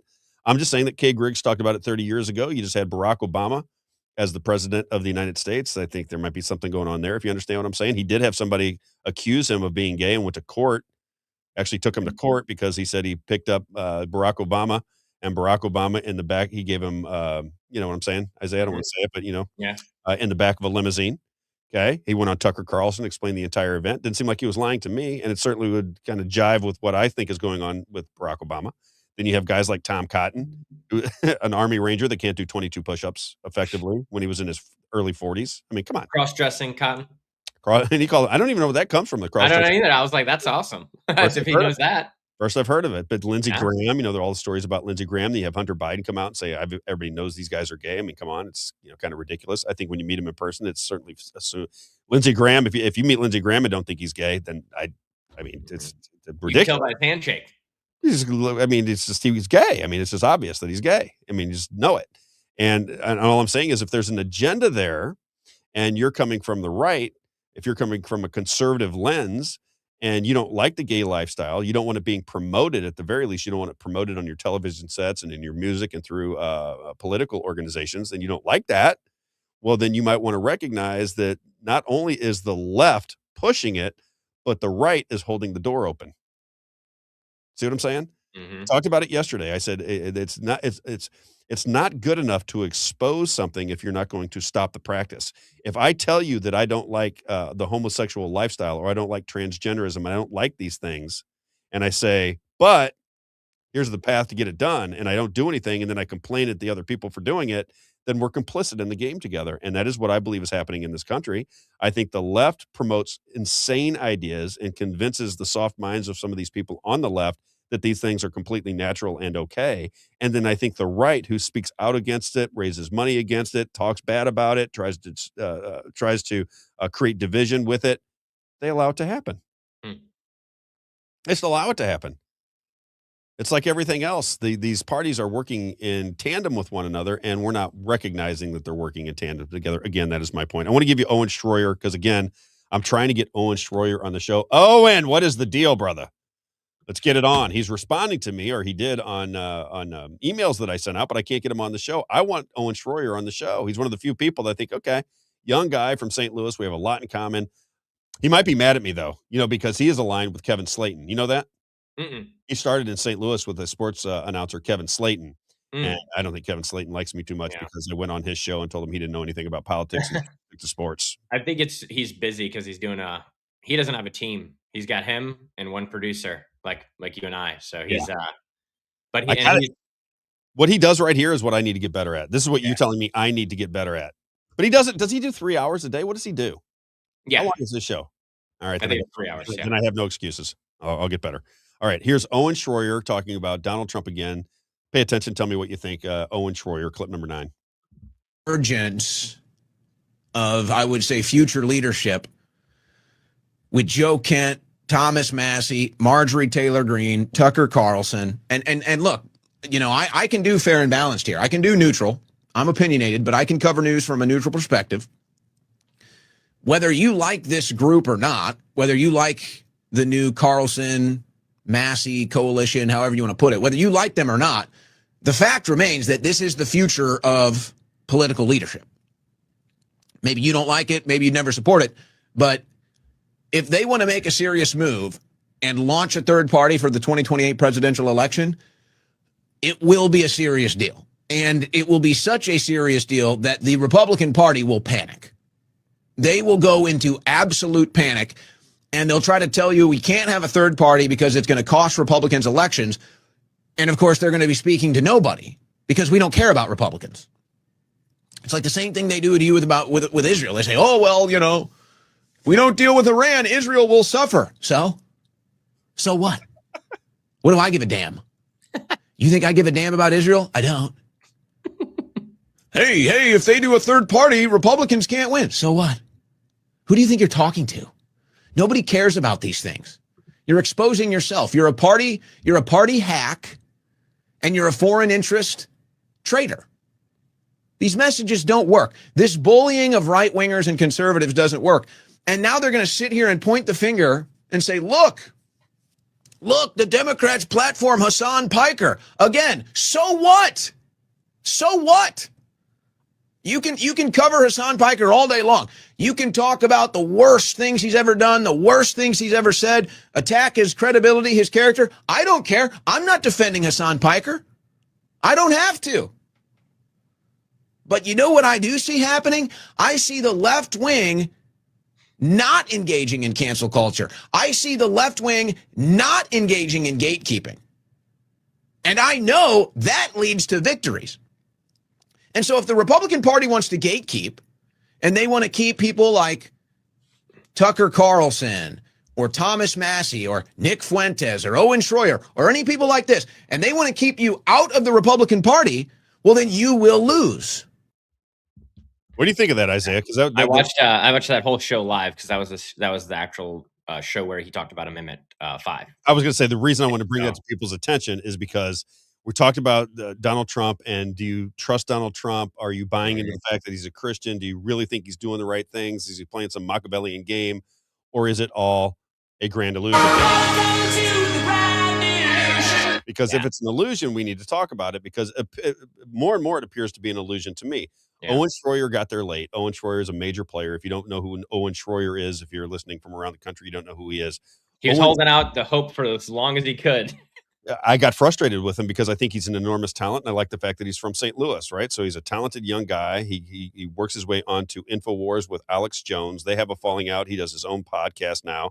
And I just think he's a talented guy that has a wide understanding of what's going on in politics. And he kept, when Donald Trump, to me, went over the, you know what the term "jump the shark" comes from, Isaiah? Do you know where that term comes from? Jump the shirt, you said? Jump the shark. Oh, no. Have you ever heard that? I've never heard that. No. Okay, there's a term called "jump the shark." It means when you went so far that now it's over. You've taken it too far. The term "jump the shark" comes from a show back in the 70s and early 80s called Happy Days, where Fonzie, the main character, they have a show where he's on skis and he jumps over a shark in the ocean, and it was it was the dumbest episode of all times. So now that's where the term "jump the shark" comes from, is when Fonzie jumped the shark on Happy Days back in the 70s. I watched Happy Days. There you go. Well, you'll look up "jump the shark." You'll see what I'm talking about. Yeah. Okay. And there was a time where, for me at least, Donald Trump jumped the shark. It happened through Epstein. It happened through the COVID debacle. It happened with not cutting energy costs. There was certain things I'm like, okay, well, this to me is not the final straw, that I'm not rooting for him, or I'm not hoping that he does some good things, or that he might be the hero at the end of the day. It's just, for me, I'm not on this page anymore. We're on different pages here. I can no longer stick around with this. I have to call it out. I have to tell people what I see. And if they don't like me for it, or if they think I'm crazy, or I'm a Democrat, or whatever they think I am, I have to roll with it, because outside of that, I'm just being disingenuous and I'm a fraud, and I don't want to be a fraud. It was funny because Owen was getting so frustrated on that show. He was getting so worked up. He goes, all right. He stuck with it. I gotta calm down. He's like, my heart rate's going through the roof. Within like the first 10 minutes of the episode. He stuck with him so long, Isaiah, that I started to question whether Owen Schroyer, who I know isn't, right? I mean, he's from St. Louis. He's a young kid. He grew up with Kevin Slayton. He comes through all of his everything he's done on his own merit, because he worked himself into a talent that people want to pay attention to. So I don't have any, illusions that he is some bad guy with some ulterior motive. I don't see that at all. But he hung on to Donald Trump and supported Donald Trump and made excuses for Donald Trump, to the point where I even talked about it on my radio show. I go, what is going on? How this is a guy that is so common sense, recognizes the world around him, has been very outspoken for and against Donald Trump, but all of these things that are happening, he now is supporting Donald Trump no matter what he does. I go, this is bizarre. And then he got rid of Alex Jones and started doing his own thing, and now he sounds a little bit more like he is, you know what I mean? Yeah. Questioning things. So anyway, I wanted to play that for that reason, because I think that when guys like Owen Schroyer, young people, turn against Donald Trump and begin to question it to their audience, these people have enormous power, whether you like it or not. Owen Schroyer is a major player. People know who Owen Schroyer is, and they want his opinion, and they listen to his opinion. And when he says, I would rather have a third party than support the Republican Party, Isaiah, unfortunately, that's where I'm at. When do you think the MAGA cult will, or people that still support Trump to the fullest, it's not like we don't support President Trump, but, we wouldn't be his number one supporters, I guess you could say. When do you think that they'll be able to admit it, that we, if we are right, that Never. we are right? You don't think so? So even at the end of his that's what I'm thinking too, because I think we get to the end of the presidency, nothing actually happens. He doesn't do anything. He doesn't deliver on any of these promises. And I think the people are still going to say, well, it's right around the corner. See, like Donna says, I support Trump and see a bigger picture. Right. Yeah. And I think Donna's reasonable. So I think she would. Oh yeah. Well, she listens, right? Yeah. So she's not, a crazy person, but I would say that is the problem that I have, is I don't see the bigger picture anymore. I don't see what the bigger picture is. And all I say to people that do see the bigger picture, which I'm not discounting, I say that every day. I got to give those disclaimers because I don't want people to think that I'm smarter than them and I think they're stupid for believing. That's why I said if we're right, because we can be wrong. That's exactly right. What I look at is how will we know you got it right? Because if we don't define what winning and losing is, that's what happens with these wars. You don't know whether you won a war or didn't. You don't even know why you were there. Did we win the Afghanistan war, Isaiah? Did we win the Iraq war? Yeah. Did we win these wars? I mean, we don't know. These are operations. Lisa always tells me it's cognitive dissonance. There she is right there again. Yeah. You know, and so I'm on that same page. I look at it now and go, okay, well, if we can define what winning looks like post-Trump, what does it look like? You know, I asked Rick that the other day. I said, if you're right, how will we know that this turned out positive for the American people?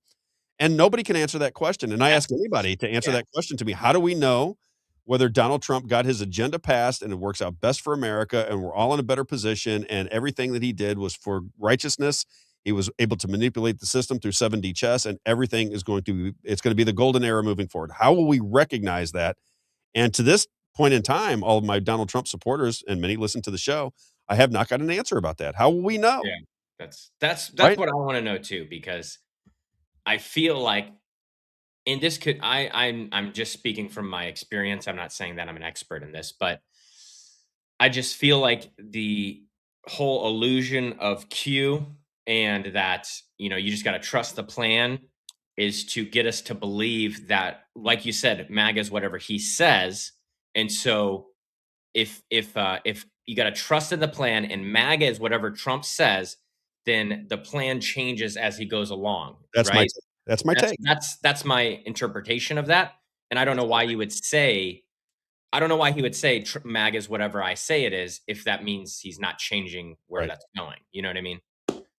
Like Donna says, we are winning. Yeah. And I know there are some, I don't discount the wins either. You know, that's true. And I am hopeful after the midterms still a little bit as far as immigration goes. Not everything, but as far as immigration and deportations, I'm a little hopeful after the midterms that we'll see some better results, but not on energy or anything like that, unfortunately, I don't think. Yeah. And you know, it's, some of the things. Maybe like what it was before the war, it might get back to that, but it's not like it's going to, I don't foresee it being lower. I think what Rick Bavitz talks about, and maybe this is what Donna's referring to as well, one of our listeners, is if Donald Trump is rearranging the global chessboard because the United States has the power of the dollar, the military might, if he is rearranging the global chessboard to the favor of America, I would say that's a great thing.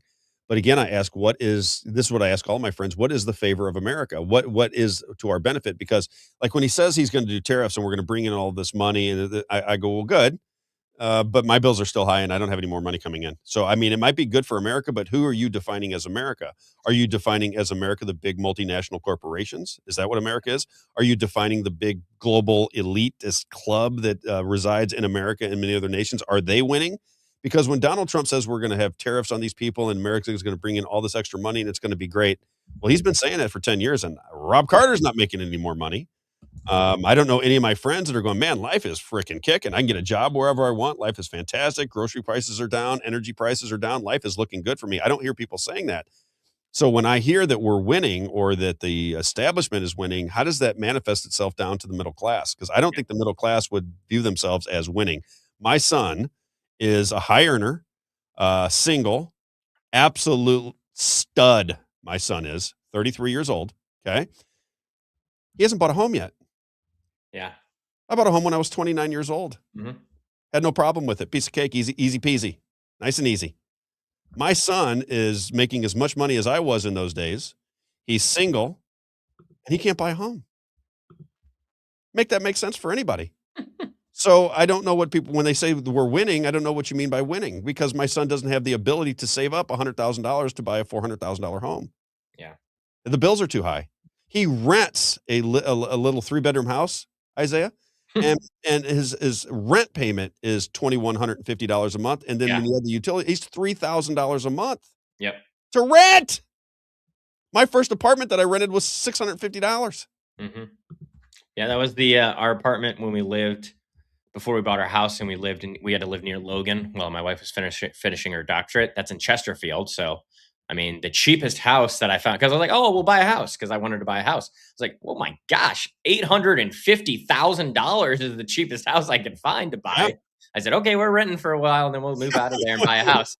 And the rent was $2,500 a month. Thank God I was a high income earner. And it didn't, it was below the percentage that Dave Ramsey recommended and everything, right? So we could make it work. But I think, what about the other people that don't have a spouse maybe that's making that much money that has to live there? Absolutely. What Well, are just they doing? well, think if you want to in an old traditional conservative home where mom or dad goes to work. In the conservative circles, it would be father. Father goes to work, mom stays home, has 2, 3, 4, 5 kids, and raises the kids, and creates an environment where everybody has a nice home life and they're connected and they're doing things together and they're able to take care of the family business. And you know what I mean by family business? That Yes. everybody is fed, everybody goes to bed on time. Mom's got a lockdown on the house. Extracurriculars, right? Kids are not getting themselves in trouble. She's paying attention to them while dad's out working his tail off to make sure the family is fed, right? That is tradition. You can't do that anymore. You can't do that anymore. I'm just telling you. I mean, unless you are very fortunate, I'm talking about maybe the top 10% or 5% in our society, you got to have mom and dad working just to pay the bills. You have to do that. And it's just crazy to me that we live in a system to where everybody's working until they're 80 years old to survive. And we don't recognize that things went off the rails somewhere long ago. And we should be focused on those fundamentals. Yeah. And even when I was working and I was the sole income earner and I was able to provide like that, Rob, I didn't have a lot of time in my life. I didn't have, we didn't really go to dinner, right? Because I'm working still. Right. I'm on a phone call with someone, a manager of a team that I have to solve a problem about, right? Because I have, the thing about running a remote company that was a problem is that I got people all over the country. So I got people that are in California still working, even though I'm, technically off, but they're calling me to get answers. And so, even though I'm making that much money and it seems good, right? It's like, oh man, you guys are making great money. You can live in Chesterfield. You can go on these trips. You can do all this stuff, right? You can buy cars in cash. It's great. But I tell you, as we talk about with the corporate world, I felt like a slave because you were. Exactly. You I was feel like one. You were one. I was a corporate slave. And if you took my pay and you divided it by the hours, I probably wasn't really making that much money per hour. I didn't notice it until I quit it, Isaiah. I didn't. What you're talking about, I did not recognize how much I sacrificed for my job until it was out. I sacrificed my family. Yeah. Right. Because I had children to raise. And I thought, in my mind, I was doing all the right things because my family never had to worry about money. They could go what schools they wanted to. They had cars, they had clothes. They never had to want for anything. And I thought that was my gig. I thought I made it, Rob, in 2015. I was making more money than my dad, who was an aerospace engineer, has a computer science degree. He works for the government as a contractor for the government. And I was making more money than him. I was like, oh yeah, I made it. Right. And it's like, no, I've never felt less fulfilled in my life than when I was in the rat race and chasing that dollar. It took a long time for it to dawn on me because I think you and I have talked about it. It becomes part of your personality. Yeah. Right. My friends thought I was the cat's meow because I had the big house and the fancy cars and this, and that, and the other. And it became a part of my personality. I look back and I think, what a doofus I was. I just look at it as a silly way to judge yourself amongst other people. As if you watch Caddyshack, he says, how do you measure yourself? And he said, by height. but if you measure it by how much money you're making, which I did. I mean, I have to be honest with you, I did. When I met somebody, I knew what I was society wanted us to do, Rob. Exactly. And if somebody came in and said they were making X, I'm like, I'm making more money than him. Wow, how cool is that? This guy's an attorney and I'm making that kind of thing. And it's just conditioning from society, ignorance on my part, stupidity on my part. I'm embarrassed by it now. Me too. I tell my kids, I said, don't chase money. Do not. If you chase money, I think the Bible says something about that, doesn't it, Isaiah? The love of money. If you chase money, all the things that actually matter in your life. Money's not evil, but the love of money is what's evil. But if you make it your number one priority, which I did, I mean, you got to look at it. When I was in the shoe business, I used to tell everybody I was gone 150 days out of the year. Well, what kind of father can I be being gone 150 days out of the year? Yeah. What kind of father can you be? Yep. Right? You just can't be a good father. You just can't. You think you are. Like I come I felt like a Nazi general with my wife because I did my schedule, Rob, was just, I mean, if you looked at my calendar, I just got all these meetings and it's like double meetings stacked on top of each other for all these things that I got to do. And I would be like, I got 10 minutes. I need a sandwich now. I need chips. I need blah, blah, blah. It's like, and I just hated that about myself because I feel like I'm rushing her and I'm making her stressed out because my job's stressful. Yeah. I did not like that. You know what happened to me? Hmm. One of the things that really started to weigh on me was I kept getting my face would break out like I was in high school. And I mean, I would get these big red lumps underneath my skin. Yeah. And primarily when I was working at Skechers, that's when it was the worst.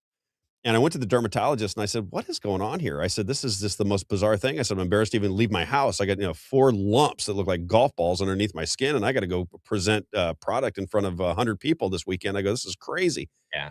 And you know what he thought it was? Hmm. Stress. Yeah. That's the first thing he said. He goes, "Are you stressed about something?" I said, "Well, my job is stressful. I'm raising, at the time it was 4 kids." I said, "I'm raising 4 kids and I'm working my tail off." And he goes, "You're going to have to cut your stress load." He goes, "The stress is what's causing this." He goes, "We're going to give me the medicine for it." Right. Yep. But bottom line was it was the stress that was causing it because I was constantly in knots. And I considered that to be a great life because of the money. Yep. Interestingly enough. Okay. I got to play one more clip. We got to move on. I want to introduce this person. I have invited her on the show. I sent her an email last night. She goes by Silicon Sally. And I thought her message, and I started paying attention to her social media page. She's starting to get some traction. And I thought this was very interesting. This is Silicon. I like to bring light to some of these people that are on social media that have done it. They're gaining an audience. They say things that people like to hear, and they you know what I mean? And they start to gain traction. Social media is the new medium. It's not, Yes. it's TV. And how you know that is if you watch mainstream media, what are they doing? They're pulling stuff from social media to show you, right? Thank you very much. Exactly right. So this is Silicon Sally. She talks about what's going on. She has a background in media, in journalism, and business. And she noticed some things, and she's starting to break it to her audience. Caught my attention. We'll get her on the show. We'll find out what it means. But this woman goes by Silicon Sally. Check this out.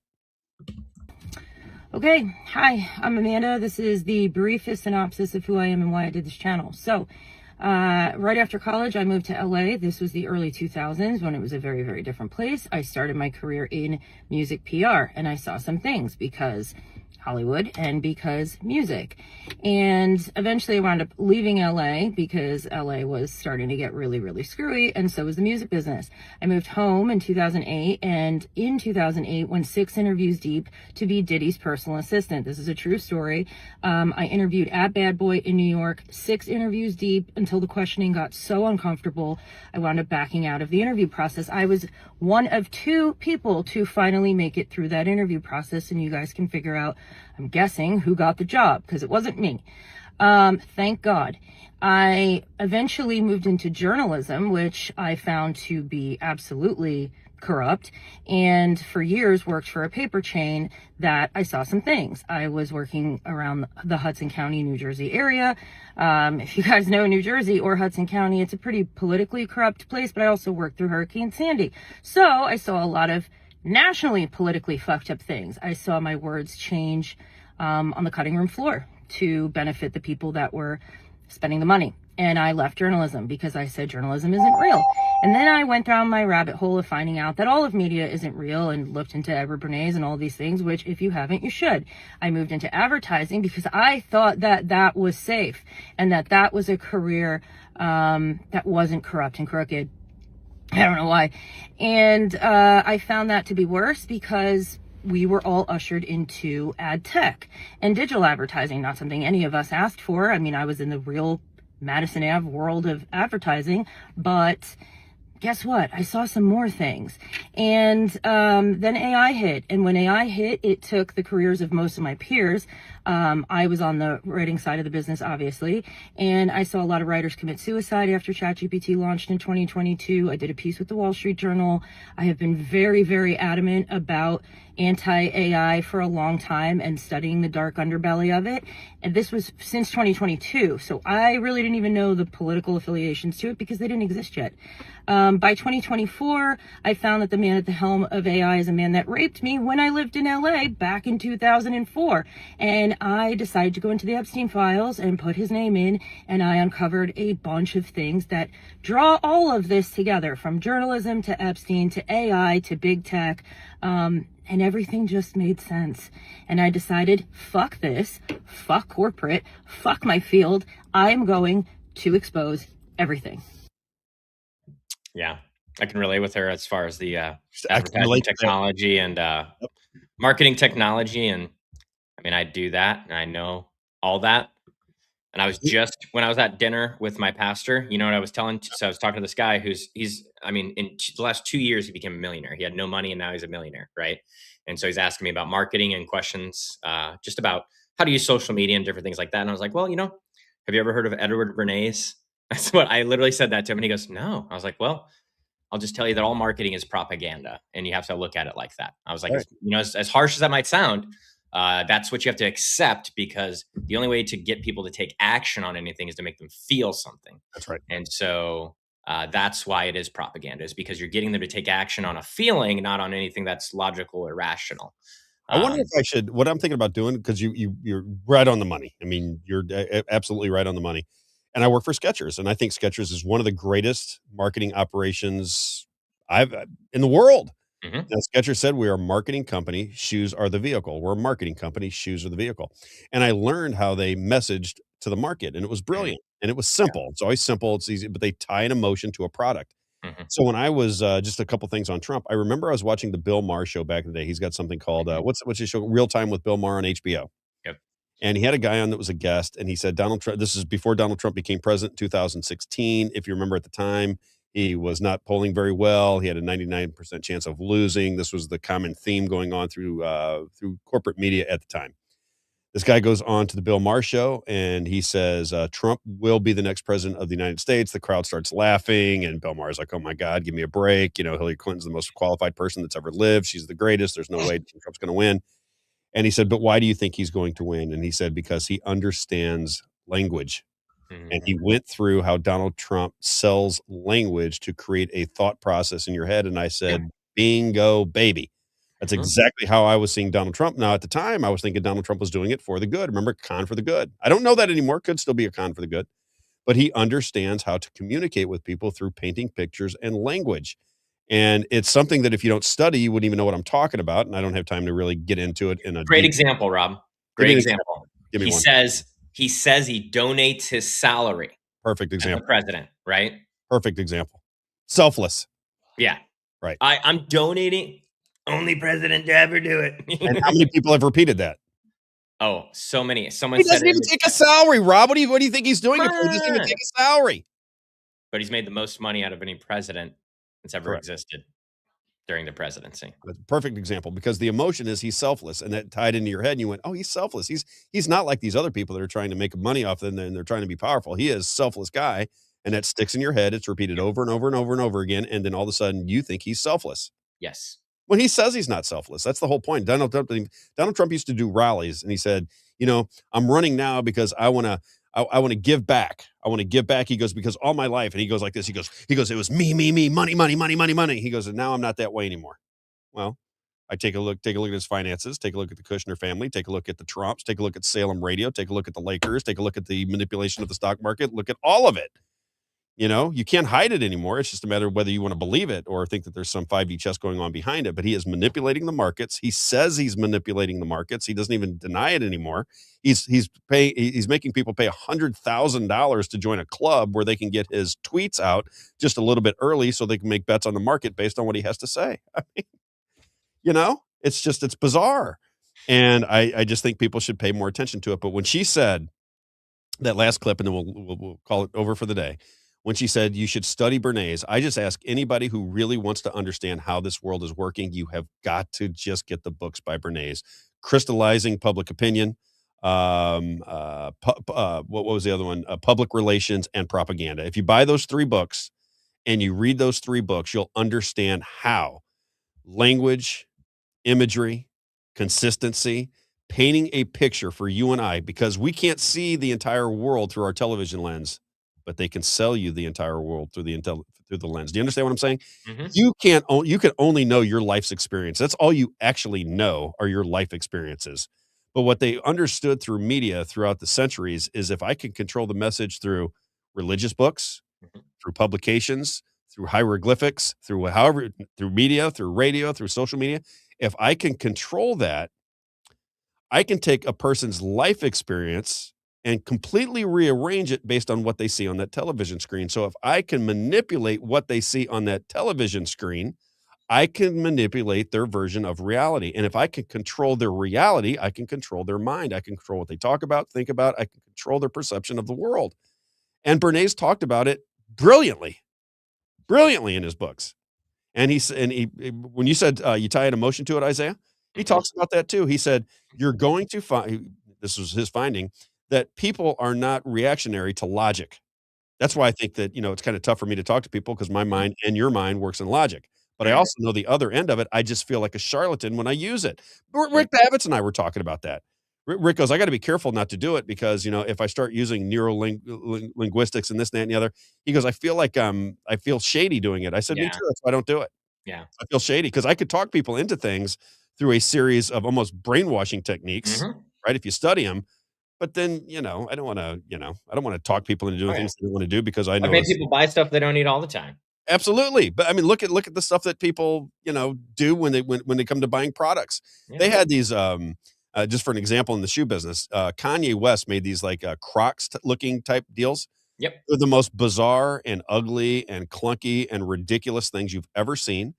To make a mold on it is not very expensive, but you got to sell a lot and they're not very expensive to make. And he was selling things for like $350. This is something that costs like $6 or $7 to make. Mhm. And he was selling them for $350 and kids were lining up to buy them. Why? Not because they're pretty, because they're not. They're ugly. They tied an emotion that Kanye West was cool. He puts something out into the market and the media operation gets behind it and says it's cool. Then they put them on the influencers that the kids think are cool. And you have a $6 piece of footwear that looks completely atrocious and ridiculous that everybody wants because they think that it's cool because they have been told that it's cool. Not thinking, it's not pretty, it's not anything. And everybody subconsciously knows what I'm talking or consciously knows what I'm talking about, but they don't recognize that it also works on them. It works on you, works on me, works on Isaiah, works on everybody. And Bernays is the one who explained it to the world. And that is why we fight over things that we don't understand because we are so conditioned into a perception that has been crafted for us right now in this society to fight one another. We are taught to fight one another. Everything is black and white. Everything is good or bad. Everything is evil or righteous. And you have to determine which one it is. They'll give you both pathways to determine what is right and wrong. And then you'll fight over the scraps. And that is exactly how our society runs. And until we figure it out, I think this is just the way it is. And maybe it's good, Isaiah. I don't know. Yeah. Maybe this is the way. It's the reason why whenever for a long time, not anymore do I feel like this, but there was a time after September 11th when I would see someone with a hijab. Same with me. Scared, right? Absolutely. 100%. And so that's the power of propaganda right there. And I know that many people listening probably have felt the exact same way. 100%. And so, that just shows you firsthand the power of, you're either with us or with the terrorists, the patriotism. Not that being patriotic is bad. I don't want people to think that. I think it's good to be patriotic and I want people to be more patriotic. I have a problem with associating patriotism to supporting a war that we don't agree with. That's my problem with it. Here's how simple it is, Isaiah. So when we're talking about how the government works now, this didn't come from George Bush. George Bush isn't the one that said you're either with the terrorists or you're with us. He's not the one who said the genius George W. Bush. Genius George Bush was not the marketing guy who said this. Either you are with us or you are with the terrorists. Either you're with us, either you love freedom and with nations which embrace freedom, or you're with the enemy. There's no in between. You're either with us or you're with the enemy. That's clear. That's clear. That wasn't George Bush. George Bush didn't go, what's a good marketing campaign to sell this war? What would it be? How can I make people afraid of the Muslim community? And how can I convince them that 9/11 was crafted by the Muslims in a cave over in Afghanistan? How can I get that done? And they went, okay, let's put something that's nice and simple together so that when you go out onto Fox News, the Fox News viewer will look at it like this. If you're not with George Bush and you're not with the Republican Party, then you're with the terrorists. Let's try this one.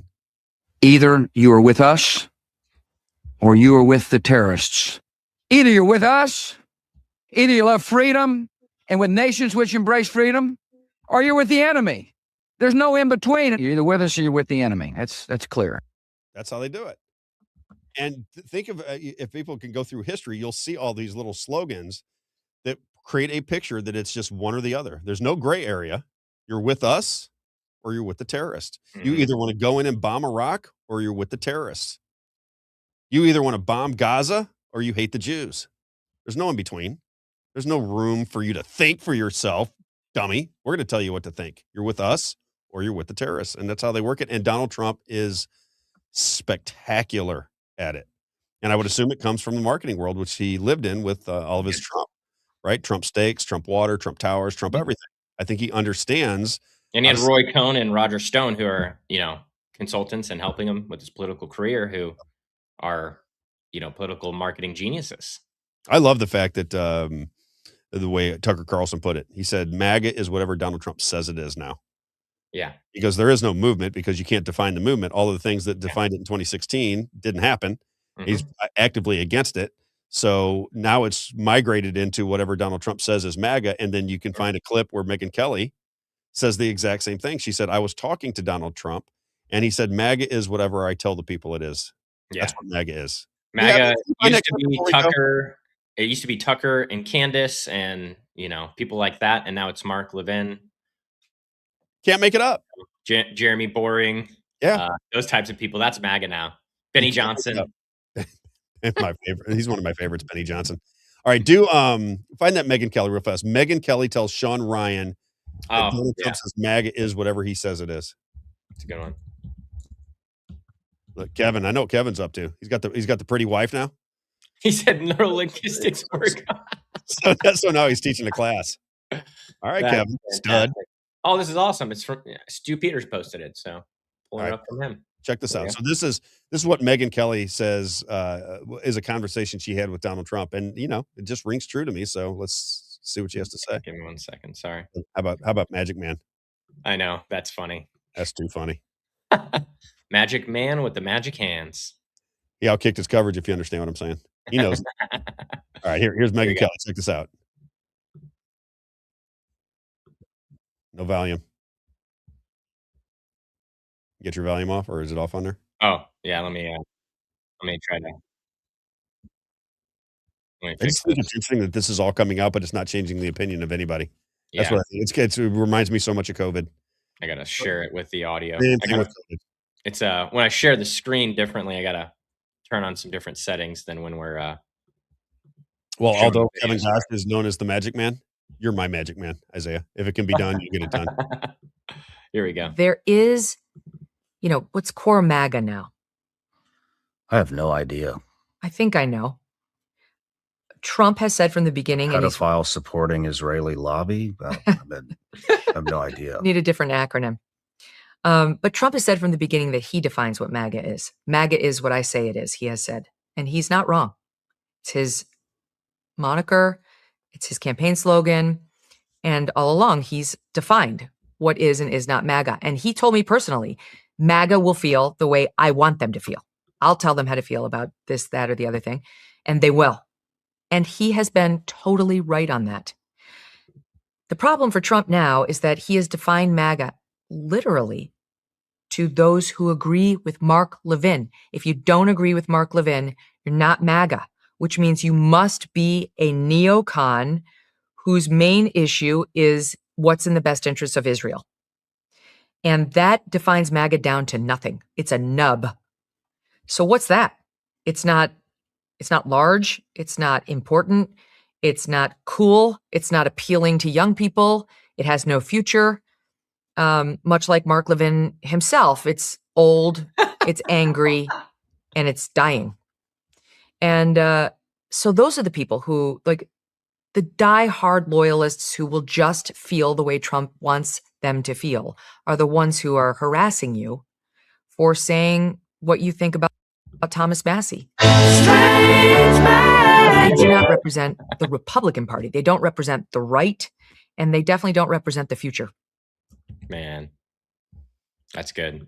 It's good, right? It's old and angry like Mark Levin, she said. How old is Megyn Kelly? She looks like she's 25 years old. Oh, she's got to be in her mid-40s, I would imagine. Maybe early 50s. How old is Megyn Kelly? Let's see. That's a beautiful woman, I got to admit. Not a huge 55. Fan. How old? 55. My wife is 55. Pop her back up. I got to make sure my wife is going to the same doctor. Oh, man, this isn't... is this facial work that she's got going on? This picture's not as good for her, but it's the one that's on Wikipedia. So let me see. She can't possibly. You can see a little bit more wrinkles in this picture. You can't possibly look like that at 55, can you? Anybody look like that at 55? Show the video one more time. Look at her skin up close because they got it up close. Megyn Kelly looks like she's 25 years old. It's incredible. Yeah, but they do. This is a pre-recorded. How do I get this on? I want to look 25. Can we get it on my screen as well? Can I put a filter on it? Make me right? Oh yeah. Look at her skin. Yeah. It's incredible. And just you got to sit in the makeup chair for a couple hours too, Rob. I'll do whatever I got to do to look like I'm 25. I can tell you, I've done. Do I need to I've done these shoots. No, I've done these shoots. Like my old pastor, she runs a TV show that's on TV, on TBN and all the big Christian networks. And so we have shows just like this that we would record and produce and everything like that. And I mean, it's like 4.5 hours of makeup, Rob, for these women. Really? Oh yeah, hair, makeup, everything. Well, because they're getting interrupted too, not just like straight. She's getting interrupted, and they're preparing for the show and doing different things, right? But it's not, they're doing a lot. Even the men, they're making the men. They don't get a choice. They're making them put this makeup on too. They're making them put the foundation on and all these things for the TV and powder, so you're not shiny. So you don't glow like that. I'm showing. So it's very, very interesting to. I still think it's amazing at 55 years old, whatever she's got going on. Incredibly impressive. My wife turns 55. They're called Botox tomorrow, Isaiah. Botox. My wife is 55 tomorrow. Yeah. Whenever you see the eyebrows not move, if you see no eyebrows moving, and the forehead is all Botoxed up. Yeah, exactly. And there's no wrinkles, no smile. I see women do that to themselves, and I get it to a degree, right? Everybody wants to look young and feel vibrant. I understand it. I just don't think it looks better. I don't think so. I've never seen anybody that worked on their face that I thought, wow, that looks really good. You look because Good job. Yeah, it doesn't seem like it does any better for people. It makes them look a little bit weird to me. No, look at Dana Lash, for example. Yeah. Right. Dana Lash she looks weird now. Yeah, it's the only one that was able to. Parton. I haven't paid attention to her. I haven't seen her in a long time. I just remember from a long time ago. It's just like seeing how fake her face looked. It just was like, oh my gosh. You know who I think did a good job with whatever the facial surgery was Nicole Kidman.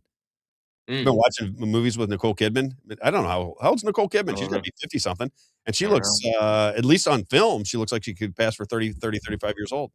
Yeah. How old's Nicole Kidman? I'm curious. Oh my gosh, that Botox. Jeez. Her Botox is. Whew. You got a picture of her face? Yeah. I mean, Botox galore. Let me see her. This is just, I think this is her. Let's see. I'm getting Botox today. I'm going to get my Botox treatments as soon as I get out of here. Yeah. You can just see it in the forehead there. Look at her. They look like cyborgs to a degree, don't they? Yeah. How old is she? How old's Nicole Kidman? Let me look it up. Nicole Kidman. 59 years old. So she'll be 60. She's 59? Yeah. 59. Okay.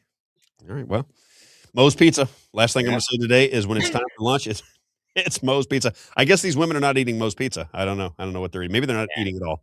Not Moe's at all. Pizza, a landmark in Washington, Missouri. When it's time for lunch and you're in Washington, Missouri, when you're in Franklin County, you got to get out to Moe's Pizza, a landmark in Washington, Missouri, at the corner of Grand and 5th Street. As he likes to tell me every day, Rob, don't forget, God owns the place. I just work here. Great family environment, great food, pizza and salad bar that you can just mow it down. Doesn't cost you a ton. Mow it down. Get it? Huh? Double entendre. Like that. Pizza, salads, sandwiches, burgers, wings, ice cream. They got it all, and you'll love the environment when you go in. Great people. There they are. Moe's Pizza in Washington, Missouri, a landmark in Washington, Missouri. When it's lunchtime and you're in the area, get out there to Moe's Pizza. All right, Isaiah. I think that's all I got today. We ran a little bit late again. I keep running these shows a little bit too late. Got off the beaten path a little bit today. Yeah. Great to see Lisa. Sometimes we have 3 hours. Sometimes we have 3 hours of content that we want to get through, but then we have a guest that has to come on, and so then it's. But we still got to get through it because it's we got all the clips we prepared and everything, and so. You know what it is? What? I prepare as though they're not going to show up. Exactly. Yeah. You have to. I had too many people You have tell me at the last minute, say they can't come on, and then I have 2 hours worth of content for a 3-hour show. I don't like that. Yeah. So No, you have to. Yeah. And then I end up going 4 hours, which is even more irritating to you. All right, everybody, have a great day. We'll see you tomorrow morning at 9 a.m. We got Act 4 Missouri coming on tomorrow. We'll talk about Charlie Kirk. I'm going to try and get this panel put together. I don't know if I can do it this quick, but if we don't get it this week, the following Friday we'll do it. I think we can get something done this week. So what I want to start doing is have panel discussions about things that are going on in the world. What I really need, and what I have not been able to find, maybe somebody in here can help me, is I need somebody who's okay with being on camera, that has an opinion on politics, that studies what's going on in the world, and is a big Donald Trump supporter. I want to have a Donald Trump supporter on the show so that when we talk about politics, we talk about what's going on in the You should world. reach out to Marcus Carey. Yeah, maybe I will. Mhm. That's not a bad idea. Yeah. And then have people that can talk about it and have a little panel discussions. You know where I'm stealing it from? Did I tell you where I'm stealing it from? Pierce, right? I like it. I Yeah. can't help it. It's I go- entertaining. That's I go that's through- all his show is. I mean, if Pierce Morgan was talking for the whole show, no one would I listen. fast forward it when I go to listen Yeah. to him. Fast forward through his monologues. I get into the back and forth. But the guests that he brings on Dave Smith a lot. He brings on that Morandi character from Iran a lot. Mhm. Some of the people that I don't like are on that show that just annoy me, but I'd love to hear the arguments back and forth. I like to get them watch them get trapped in their nonsense. And it's on Piers Morgan, so I'm going to try and I'm going to steal it from him. I'm going to steal that look and vibe to the show. Good artists create, great artists steal. Thank you very much. All right, Elaine, have a great day. Good to see you, Kevin. Gosh, thanks for coming in. I think that's Elena, and who is Magistu? Is that someone? Is that Matt? What is that? Where? Maristu. Not sure. All right, we'll figure that I out don't even later. know all these people. I just know their names. The consistent ones I'm starting to recognize. Yes. Have a great day, everybody. We'll see you tomorrow morning at 9 a.m. on the Rob Carter Show. See you soon. See ya.